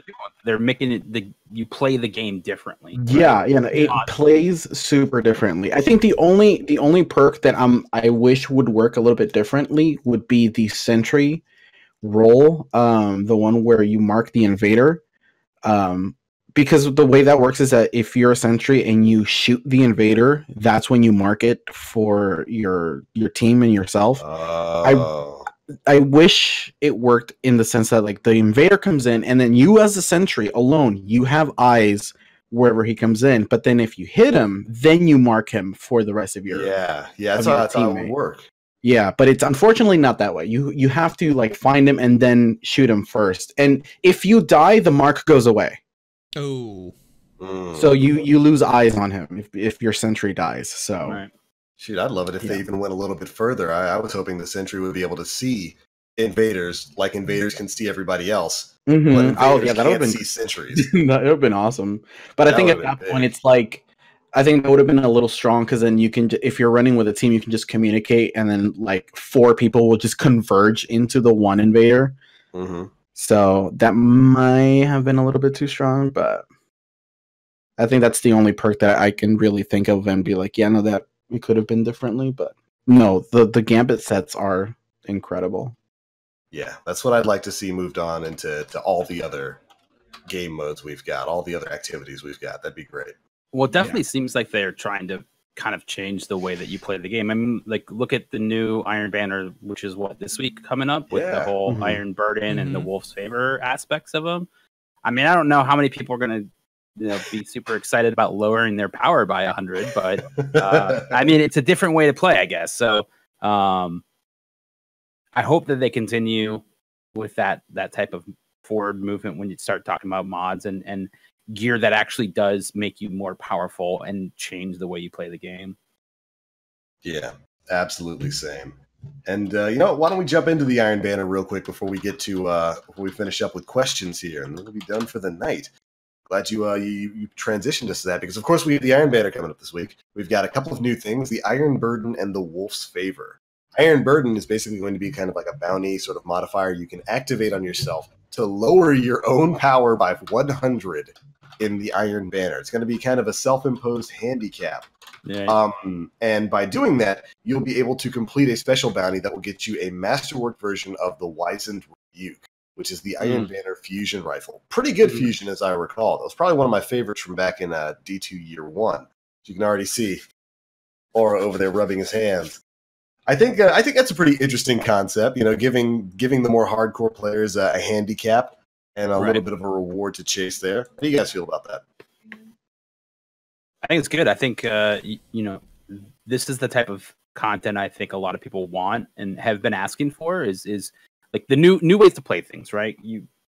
Especially in a game that's repetitious, having a kind of a change of pace on what you're usually, you know, doing, I think is good. I think the same thing when it did the whole Wolf's Fire, or whatever it's called, where you lock down all of the flags in Iron Banner. I thought that was a really good change, and it actually kind of worked with how most people play Control anyways. They always try to go for all three, so why fight it anymore? Let's make a new mechanic that works that way.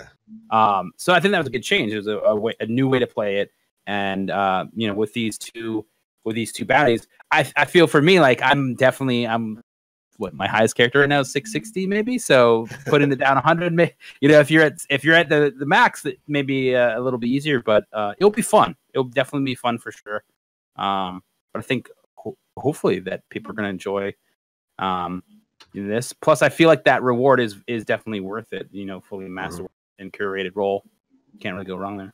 Yeah, and the challenge there, I do believe, is defeating 500 opponents while you've got the Iron Burden active, which not too bad. Not too bad at all. Should be fun. So you are much more heavily impacted in Destiny 2 Iron Banner for being lower power level than you were in D1. Right. I was on PlayStation 4 playing, because I was new to PlayStation, playing Iron Banner at like 140 level lower and still decimating everybody. Right. And I think it's even if you're like 10 power level lower, you can't one-shot shoulder charge people in Iron Banner on the Titan. Yeah. So there's a significantly larger difference in, and at some point that delta has to run out and be like the max, unless, I don't know, DV, you'll have to tell us if like people are immune, if you can even get to a point where they're immune, or if there's a cutoff where that'd be you can't be any more weak than you are at this level. You know, if you're 560 or whatever, you're the same as if you're 600. You know what I mean? Like something like that. So I'm going to be doing that because I want the Wizened Rebuke. I had to go back and look at the collections to see the stats on it from year 1. It's coming fully masterwork, curated role. But from what I can tell, I can't tell if I read the TWAB wrong. I kind of struggle when it comes to reading a little bit. Not like seriously. I can't tell if there's any other way to get one other than completing that bounty. Because they make it sound like there's one version, there's no random rolls. The only way to acquire it is by doing that 500 eliminations. Right. Yeah. 100 power level lower. So and they say that you don't have to do it during the first event. Right. You have the whole carryover. But I would assume that after that season, bye-bye, you know? I mean, everyone knows me as the fusion rifle guy, so there's no way I can't go for it, which kind of makes me regret not doing any milestones at all for the past 2 weeks, other than getting Prime and Gambit Prime Crucible. My character's like in the mid 680s, and I haven't done any milestones other than Shattered Throne, really, because I'm going after the ship. So I made decent progress playing Crucible only.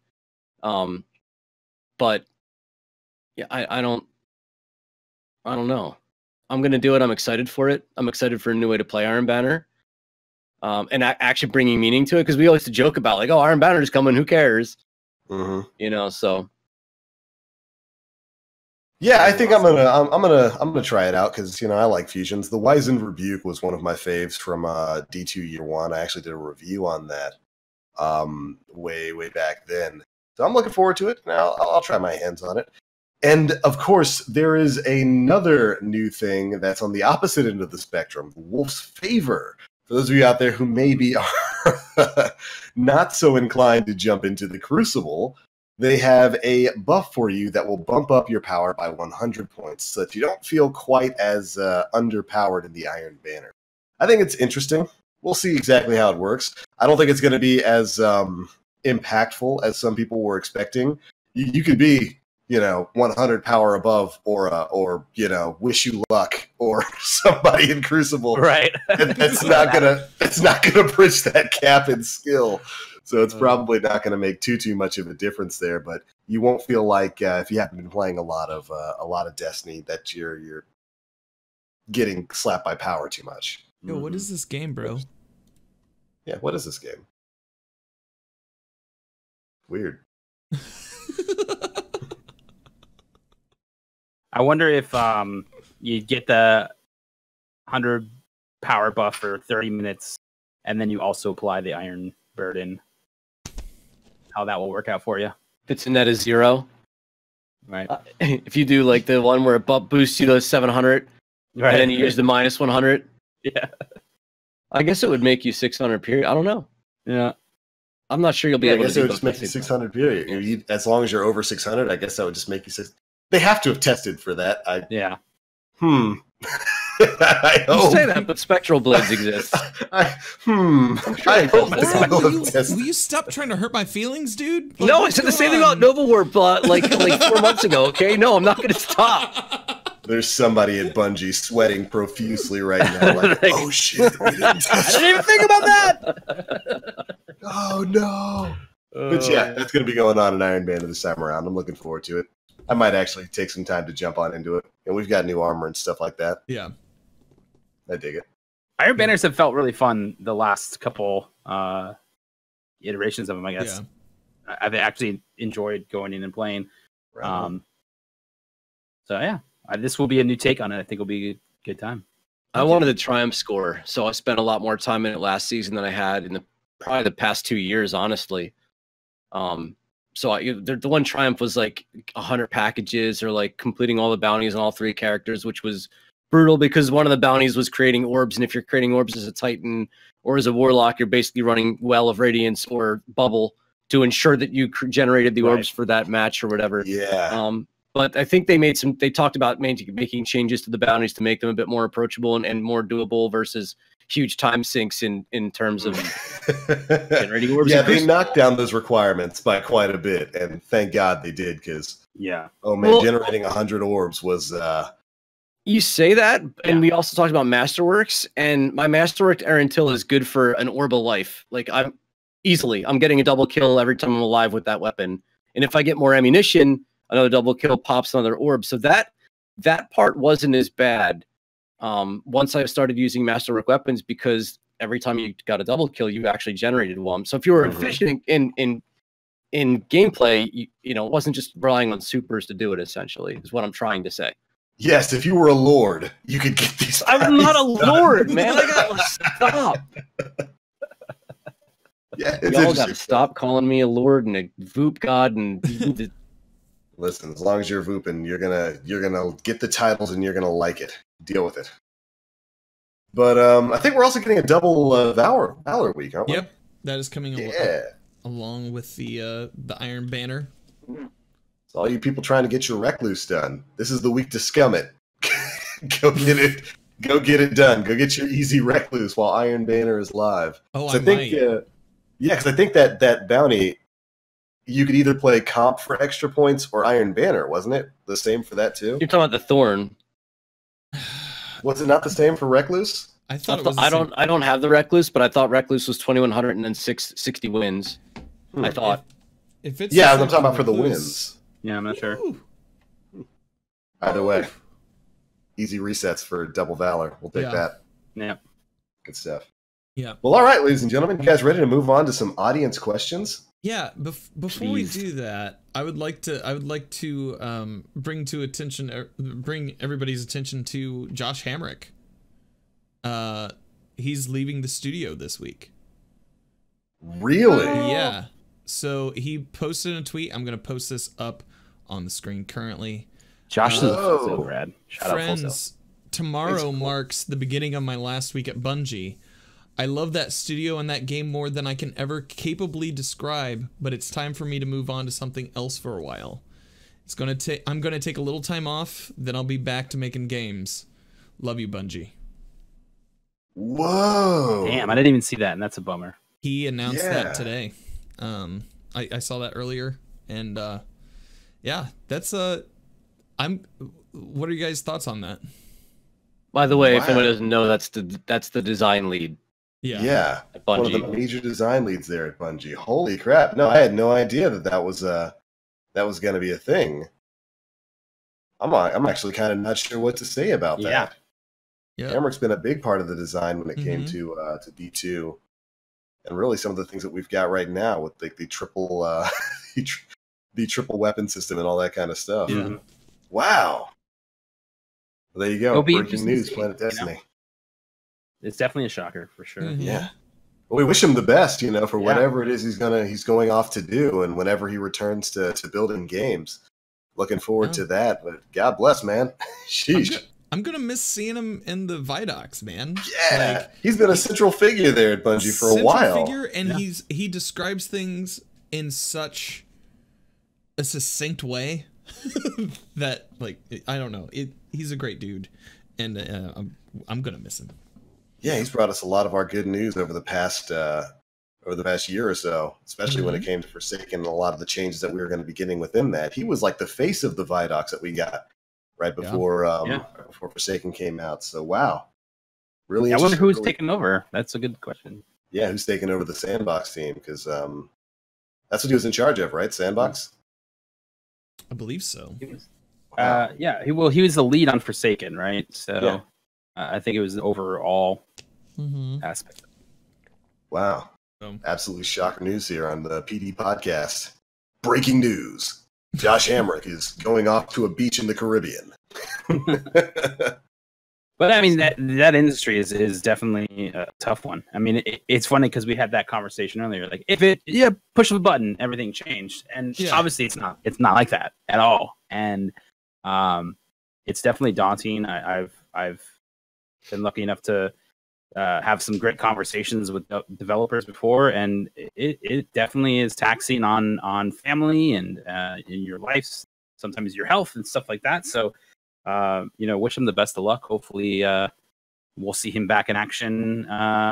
Maybe back at Bungie, maybe somewhere else in another game that we're really passionate about down the road. Yeah, we wish him the best here at Planet Destiny, and man, not expecting that today. Yep, I'm sorry to be the bearer of bad news. Damn, dude. Well, I mean, we can celebrate the man's work because he did a lot. He did a lot for the game. He did a lot for the community. As I recall, one of the things with Forsaken, I think bows were one of the sticking points there with Hamrick. That was something he really wanted to push forward for with the game, and we saw how much work Bungie put in when it came to introducing that weapon class. They had a lot of their designers go out, and I remember that from the Vidoc. They had a lot of their designers go out and actually learn archery before coming in and programming that into the game. And just little things like that, little stories about Josh Hamrick. Right. Really awesome guy, and we do thank him for the work that he did on this game franchise that we've all, come to love so much, and we wish him the best. Enjoy that vacation, and I hope you come back. We'll see. We'll see. Well, all right. Is it time to move on to questions? Absolutely. We got about 5 here, so let's get to them. Sonic DC asks, how do you feel about Luna's DRB Wardcliff meta in Crucible right now? How can it be improved? Blues, by the way. DRB I'm sorry. I'm sorry. No, just in case anybody out there didn't know what DRB meant. Very centralizing for those who have them. Luna's is only effective at range. Once you're outside of its range, it's not as good a hand cannon as Not Forgotten. Not Forgotten is one of the guns that will tap you and hurt you from anywhere on a Crucible map right now. I play a lot of quick play, actually exclusively quick play, and I don't really run into. I don't find myself cursing about Lunas or Dustrock Blues, and when I get killed by Wardcliff, I'm like, holy crap, that killed me from where? So I think this is more geared towards the comp. Because I think Wardcliff is what you see the majority of players using, especially on console when it comes to a power weapon in comp right now. I mean, 180s are really strong, and no other hand cannons really are, except for Ace of Spades and Last Word. So, how can it be improved? Buff every other weapon. Yep. Yes. There has been a huge call for people saying, "Can we remove Lunas and Not Forgotten or nerf them into the ground?" And I don't think that's the way forward. Yeah. I think it's always better to bring other underperforming weapon classes up to the standards where they can compete with stuff like that. Because right now, Not Forgotten in particular is such a strong gun. It's in the best hand cannon archetype, that 180. It's so stable. It's so versatile. It can be used, like Aura said, from virtually any range. About the only way you can get over it is maybe super up close, where you're going to be using a shotgun anyway. But I don't think the right option is to get rid of those guns or to nerf them into the ground. I think the better option is to make some of the opposing weapon types out there better. Make scouts better at the range that they're at right now. I think it's still kind of mind-blowing that there are some scout archetypes where like the optimal time to kill is 1 second. Yeah. I still find that hilarious in this world of hand cannons and shotguns and all this kind of stuff, and an average competitive time to kill of like 0.87 seconds. Yeah, buff other options right now. They are very centralizing. It is very easy to run Dust Rock and Lunas are Not Forgotten. Lunas is going to see more competition outside of mid-range, with guns like Thorn and especially Ace of Spades. But I don't think it's the right option to destroy the archetypes that people are working on right now. I think specifically for hand cannons, one of the things they can do is just work on making some of those non-180 hand cannons a bit more consistent. Because those are still a huge Bloom, problem. getting rid of things like Bloom, and there's a couple of other things at play. You've got the best gun in the game, and you're putting it in the hands of the best players in the game. So it's going to be, or appear to be, an even bigger outlier than it is. I think I've heard this in other streams where maybe the Not Forgotten should be a gun that's accessible to all player base. Mm-hmm. Put the best weapon in the player pool, allow all the players to use it, and really see who's the best player with that gun, versus giving the best players in the game the best gun in the game and letting them feed off of players who are at a lower skill level anyway, most likely would lose even if they had the same weapons. So there's I think that they seem like bigger outliers than they are because of what you have to do to acquire them, and the fact that the majority of the player base isn't going to do that. Honestly, is just, and again, I run a fusion rifle and a blast furnace. I will lose to a Not Forgotten. I will lose to a Lunas Hal. If you hit your shots against me, your time to kill is higher. If I don't kill with my fusion rifle, I'm done. That's it. I'm out. I'm knocking out primary people. So it's good stuff. I could see them pulling a Redrix's Claymore with Lunas Hal. I absolutely think that would be a good idea. Whereas that went from being this premium reward that you could only get if you did all those things way back before Forsaken came out, and then they added in a quest that was a bit more accessible to everyone, even though it was really long. I could see them doing that for Lunas Hal. For Not Forgotten, I like that there are rewards that are out there for people who are willing to put in the grind and people who are going to prove themselves to be the best of the best. I like that sort of thing. It's the same thing with like raid things. A lot of people don't play raids. There are weapons and stuff that you can only get from those raids. I like that there's something that you can only get from playing at the highest echelons of PvP. It's a lot like the Trials gear from back in the day. Yeah. You wanted to get that Trials gear, you had to play Trials. So I wouldn't exactly want to get rid of stuff like that. I would just want to make sure that there are other options. The thing about an end game, this is why comp is kind of a problem, is that there's no reason to be involved in it if there's not a Not Forgotten at the end. And we're seeing that in the queue times right now. The fact that comp is really occupied by players who are going for Unbroken or account recoveries for Not Forgotten, and a handful of players, and we're talking maybe 20% of that player pool, of the comp player pool, players who just enjoy playing comp. Mm-hmm. Yeah, masochists. And of that 20%, there's probably like another like 5% who are just going for Thorn, just suffering through. Yeah, or Recluse, and again, the bar for Recluse being so low at 2100. I'm sorry for people out there who are having a problem to get to it, but 2100 is less than half of 55. Pretty easy to get. pretty obtainable of a weapon, and then there's no bar that's any higher. There's nothing keeping players in that place. So again, part of the reason that Not Forgotten is the issue that it is because the highest end reward you can get in from the highest skilled players, essentially. Yeah. So this brings the next question from Weiss. Thoughts on Recluse? Too powerful or perfect balance? It's not too powerful. It's very strong. It's not game-breakingly strong. It's only strong if you get a kill. Mm-hmm. Yeah. It's only strong. You are rewarded for performance with that weapon. Mm-hmm. It is an average SMG without the perk active. Mm-hmm. Very strong with, but still counterable. Yeah. It's not like this thing that you can't fight back against. You will win with a shotgun. If you play positioning, and you outthink your opponent, you'll be able to get close enough, and you'll be able to kill them with a shotgun. I've been able to out fusion rifle people who have the perk active with my air until, and I've played. When it gets to be a little bit too much is when you play a team of Mountaintop Recluse, a full team. Yeah. And this has happened. I've played a team of 6 Mountaintop and Recluse, and that's when it starts to get a little bit much. When you're playing against 2 or 3 players who have it and they have the perk active, it's very strong. But it's a team-based game. How many times is that going to happen? You remember when it happens, but it doesn't happen that often. Yeah, I would actually compare it a lot to Thorn. Thorn has a very good, very powerful ability once you've gotten a kill and you can get that 2-tap. Because it's actually fairly easy to 2-tap with Thorn. It is very easy to land those shots, but you got to get a kill first. And it's a skill-based thing, and I think Recluse is mostly fine. I feel like I haven't played enough to really chime in on this one in the past couple of weeks. So it's a cool SMG, man. It's basically got a better rampage. And okay. when you much better rampage, it's a 0.47 TTK with the perk active. It annihilates people, and it doesn't have to be precision shots to do it. You just gotta get a kill. And it's just funny because that we're even having this conversation because when they first said that the pinnacle weapon was going to be an SMG, I feel like the entire player base was like, "All right, yeah." And here we are having a conversation about it because it is such a well-designed weapon. It really is. It's cool. Very good gun. All right.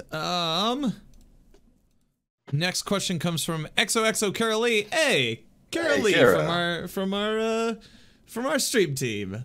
Do y'all think D1 was harder than D2 is right now?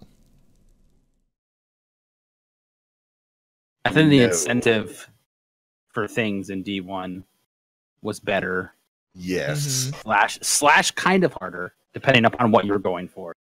I think there's difficult challenges and quests that are in Destiny 2 that equal that, but a lot of times the incentive isn't as strong. At least in my opinion, the incentive isn't there to put in all that hard work to get it, like it was in D1. Mm-hmm. I can agree with that. Vaulted Glass was harder than Leviathan. Mm-hmm. Yep. Yeah. I would argue that Eater of Worlds was probably harder than Crota. Yeah. Yeah. Like I would argue that just Fire like by Stars this much though. Fire Stars just a little bit. Is a nutty raid. Yeah, it is definitely a nutty raid. So, and then Last Wish, if you compared it to the King's Fall. King's Fall is definitely tougher. You think so? Yeah. I think so, man. There weren't a lot of cheeses in King's Fall. Right. Whereas you can get through Last Wish without having to do Riven's Eyes. I remember banging my head against that Oryx fight over and over and over again. It had so many mechanics. Yeah, it had so many mechanics to it. I don't know. I feel like that is way harder than Last Wish. I feel like Defend the Confluxes on Venus was harder than any of the forges. Well, the only problem with the forges was we were radically out leveled at the start of it. That was the only thing. You can sleepwalk through those things now. So yeah, when I look at this, I would agree with Dammit. I think there's the incentives in D1 were much better. There's much better things to grind for. You had much more reason to grind for things. As for harder content, I have a hard time thinking of any bit of content in Destiny 1 that provided a harder experience than, say, soloing Shattered Throne. Yeah. That's the kind of one-to-one experience that I'm looking at there. Would that be the same as soloing King's Fall at the end? Soloing Oryx, or that was technically possible.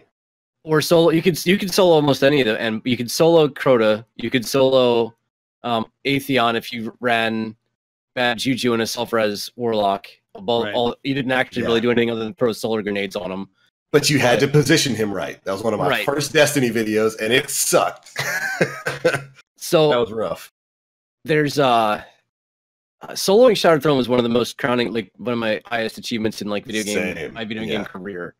Mm-hmm. So it's hard to say, but like I go back to Forever 29, where I deleted a Warlock that was level 29, recreated the character, ran it all the way back to 29 to run Nightfall again to try to get to 30.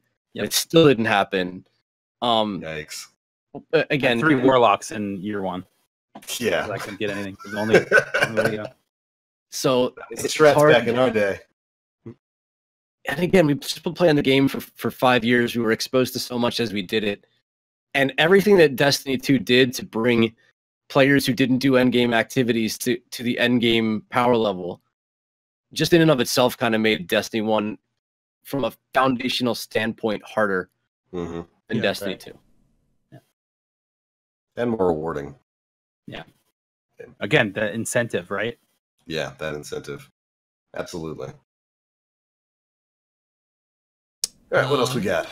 All right. Actually, I think we only have one more question. Mills asks, with Marsov gone, and now the weekly 9 bounties with story elements, will the next season see the 9 go away with a new lore cutscene bounty every week? You want my honest opinion here? Sure. Yeah. It's padding.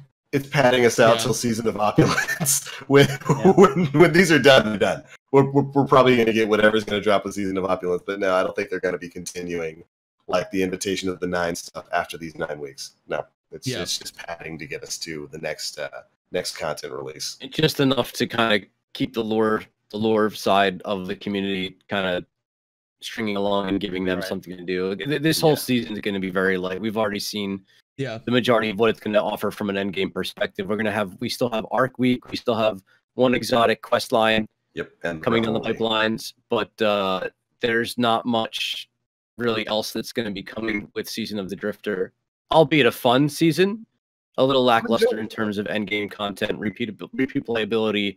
Yeah. Again, you've got the Reckoning, which is a loot pool that feeds itself directly into Gambit Prime. So if you don't like Gambit Prime, you're not really all that motivated to play through the Reckoning. In order to do the Reckoning, you have to be played Gambit Prime to get the tokens to so it's this whole circle that only a small percentage of the player base, in my opinion, has really dived. And I'm not sure it's gotten any bigger.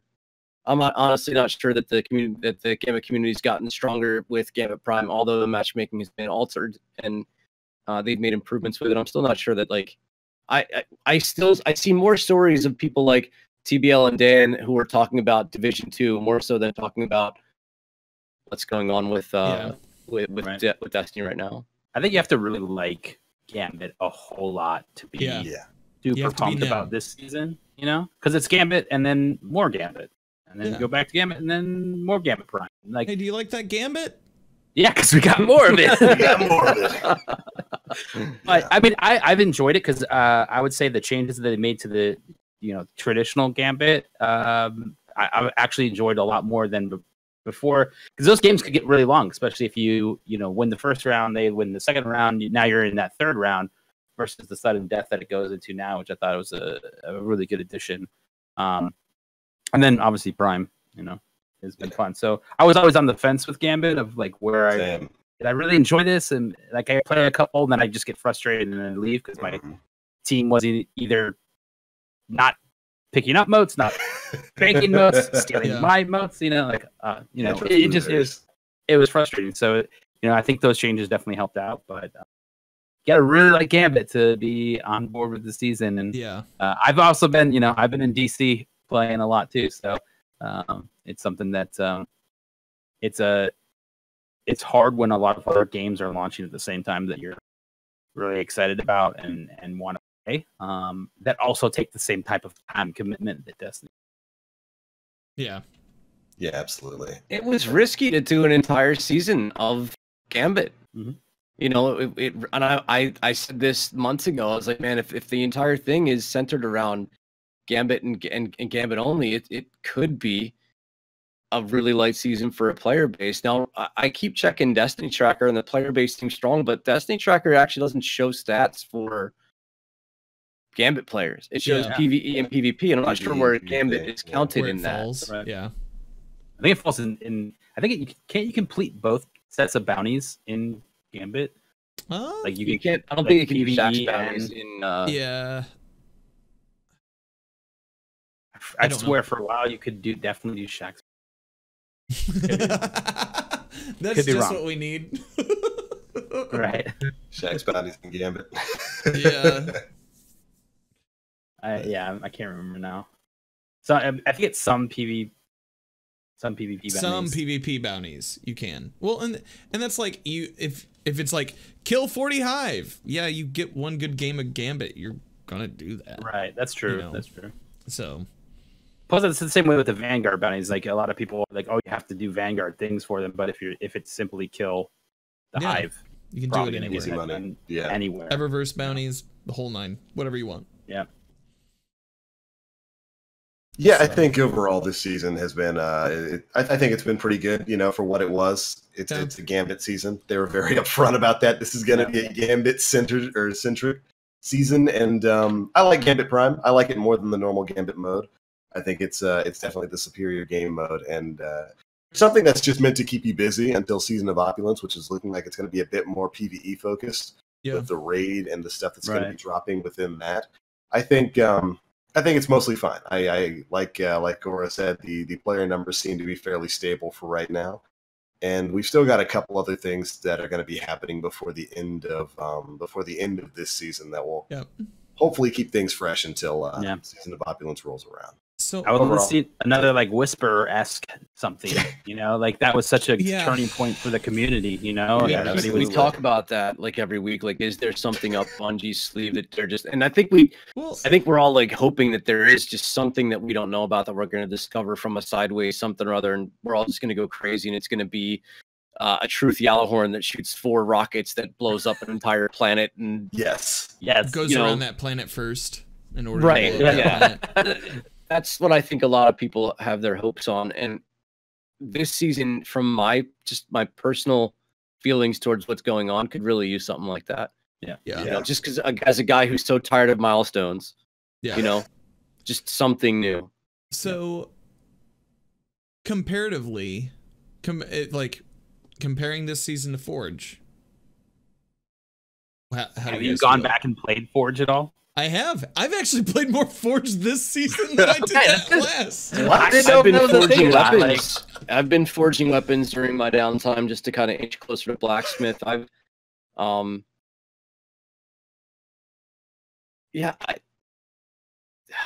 have such bad feel, and I hate saying it that I like really didn't like the season of the Forge because I'm still think like the bar is Forsaken. Yeah. You've set that bar, and everything else has been below it. Yeah. But again, Forsaken was such a bigger update. Yeah. And it was a great update. Right, but these would be DLC, but they're not calling it that, right? Right, but you can still have quality over quantity. You can create a content drip that is on that level, right? Right. In my opinion. And it's just like the Forges are so lackluster. The last Forge boss is a joke. We built all the way up to our last Forge boss, which is a tank. Yeah. And, you know, there's one thing that I still haven't done, which is Niobe Labs, which looks to be insanely difficult. Yeah. Like absolutely mind-numbing, crazy, insanely hard to do. So might not be giving it the full judgment.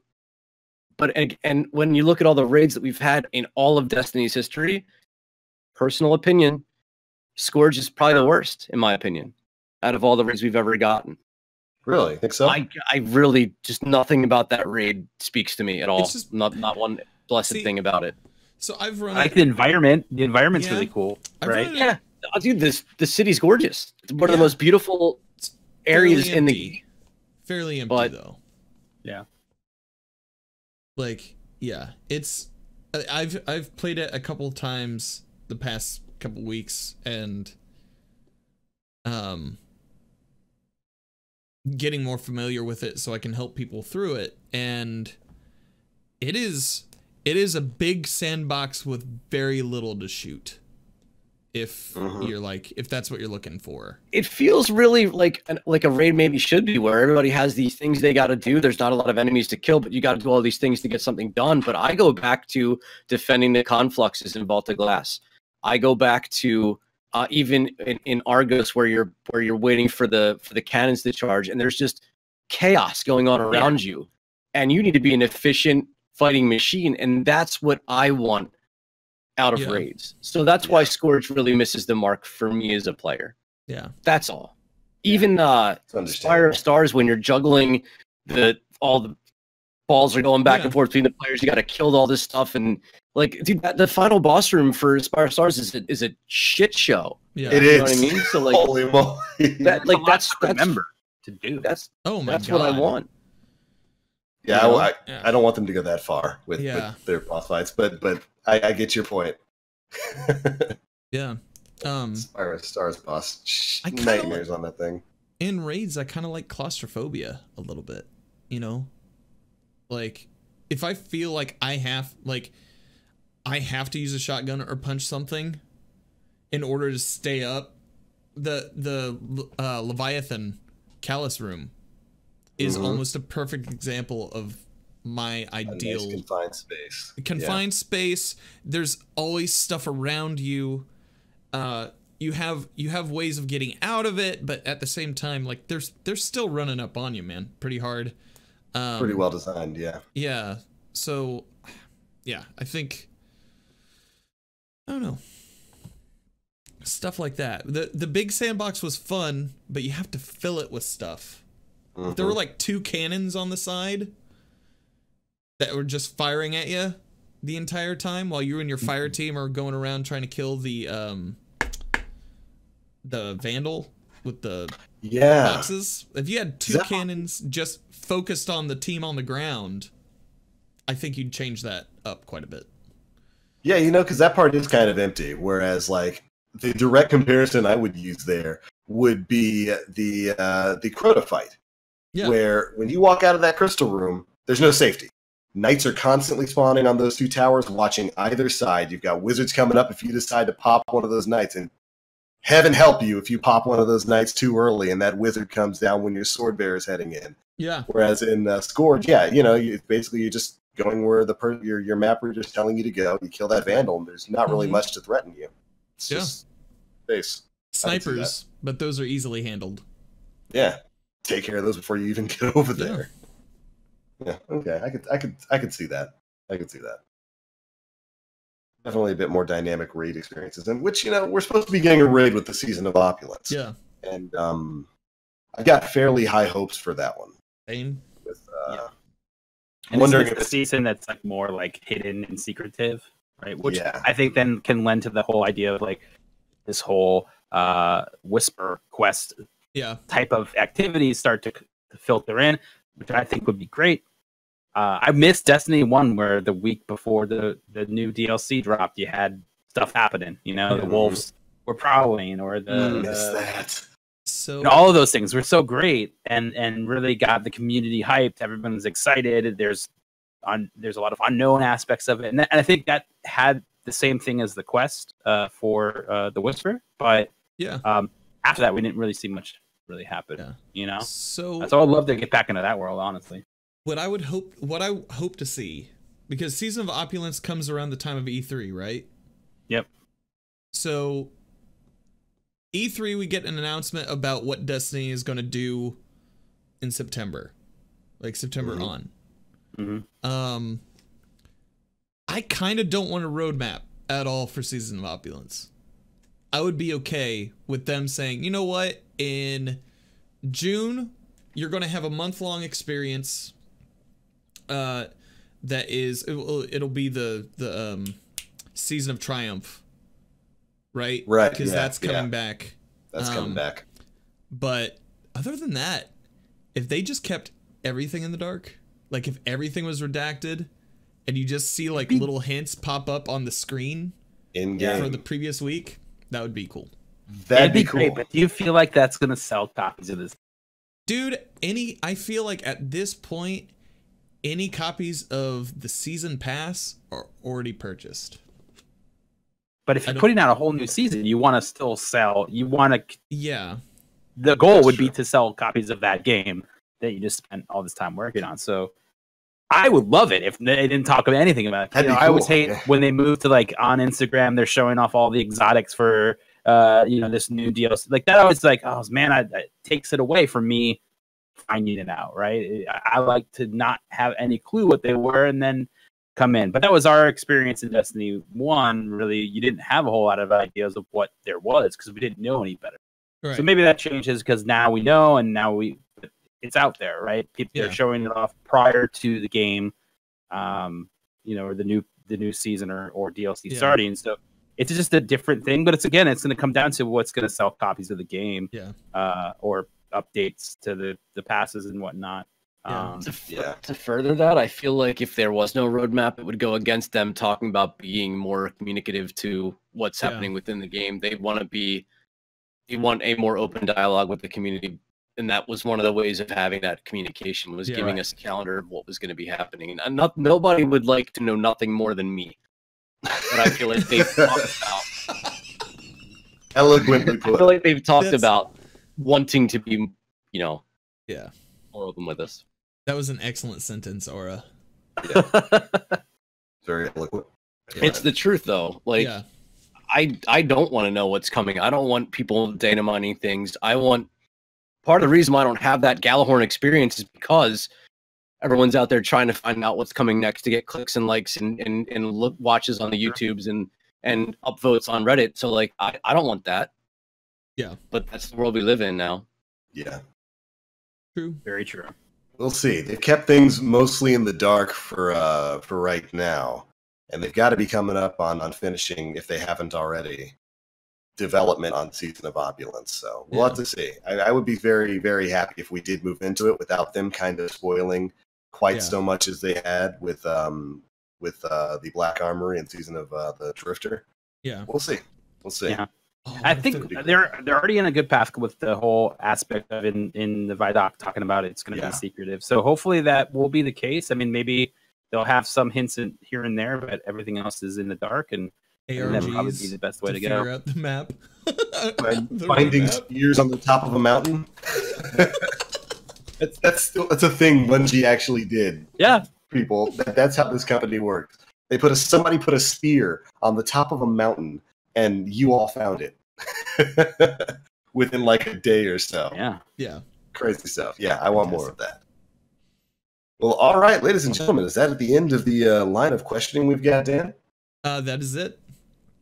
Well, right on. I think that is a perfect place to end episode 193 of the Planet Destiny podcast. Really fun one this week. Had a good conversation about enhancement cores, got to chat a bit about Thorn, and even a nice little spiel on Season of Opulence at the end there. I am really looking forward to what Bungie's going to be doing with that, and I think you guys are too. Definitely. Well, before we get on out of here for tonight, we're going to give our guests an opportunity to let you all know where you can find them across the internet. Mr. DB, take it away, all right. sir. So you can find me twitch.tv, DamnitBennett. Pretty much DamnitBennett on all platforms, Twitter, Instagram, all that fun stuff. As well, you can catch myself and XOXO Carolee on Fridays. We do a little thing called Xur Watch, which is really fun, helping everybody find Xur for wherexxur.com. So that's a lot of fun. We've been really enjoying building that channel for the webpage. So that's pretty much where I am on the internet. Yeah, right on. And thank you for your work with the Xur Watch. You make you make our Fridays so much easier. Good. I'm glad, man. It's sometimes some silly fun when I'm directing traffic on how to get there because Carolee's freaking out because I'm taking the wrong direction, or I'm getting distracted easily by chat and just trying to make a clip of how to get there. But yeah, it's been a lot of fun. It really has been an enjoyable experience being on the site and being able to participate. And I think that's a really cool thing too. Is for most of us with Xur, like it doesn't really matter, right? We already have everything. Yeah. So it's great that he's finally bringing Forsaken Exotics, but really talking to the new players, because that's a lot of the people that will come into chat on Fridays from whereisththere.com or just saw us in the Destiny directory. There are a lot of new players that that don't have everything yet. They haven't been putting in the time that most diehard Destiny fans are putting in. So it's really cool to talk to people that are either brand new with the game or they're just finding that spark of Destiny that we all know and love, which is really exciting. So if you haven't checked it out, definitely come find us on Friday. We always like to have some fun. Right on, dude. And thanks so much for joining us tonight. It was a pleasure to have you here. Absolutely. Thanks, dude. Yeah, good stuff. I know communication was a little crazy before the show happened. Yeah. Sorry about that. We're totally professional. But we're glad to have you here, man, and it was a great show. Absolutely. Well, thanks for having me, guys. Right on. Anytime you want to come back, door is wide open. Excellent. But all right, now let's get the rest of our nonsense out of the way. Aura, where you at, man? My name is Aura. You can find me and my pitbull Layla on twitch.tv/Aura or on Twitter, twitter.com/3VIL_AURA. Beautiful. That was so nice. People mainly go for, Layla. Just cut her own can. 100% accurate statement. She gets treats. She's a nice dog. You got a very nice dog. True. Things are sweethearts. Dan, what's up, man? You can find me on twitch.tv/NimPlays. NimPlays. I'll be playing primarily Gambit Prime all the time. And definitely not gonna yell at Dan for doing this plug and also not getting his 1% for Thorn this week. Definitely not gonna do either of those two things. So you can't stop it, Nim. You left. You can't stop it. You can't. There is absolutely nothing you can do to stop this. Thank you, Dan Flannelty. I appreciate that. You're welcome. More than you'll ever know. And of course, my name is the Black Link, and you know what? Screw it. You can also find me at NimPlays on Twitch, Twitter, and everywhere else, even YouTube. I'm at NimPlays on YouTube as well. This week, probably going to be hopping into a really cool guy's backpack. He's a real cool dude named TBL. He's got a very big backpack. He carries lots of people through divisions, so I can get my tiny baby butt from level 19 up to level 30 so we can finally start working on world tier grinding. Yeah, that's what NimPlays is going to be doing this week. So make sure you guys are tuning in over at NimPlays on Twitch. Okay. But all right, that's it for episode 193 of the Planet Destiny podcast. Thank you guys so much for tuning in this week. It's been a ton of fun. And we will catch you all next week. Bye, everybody. See ya.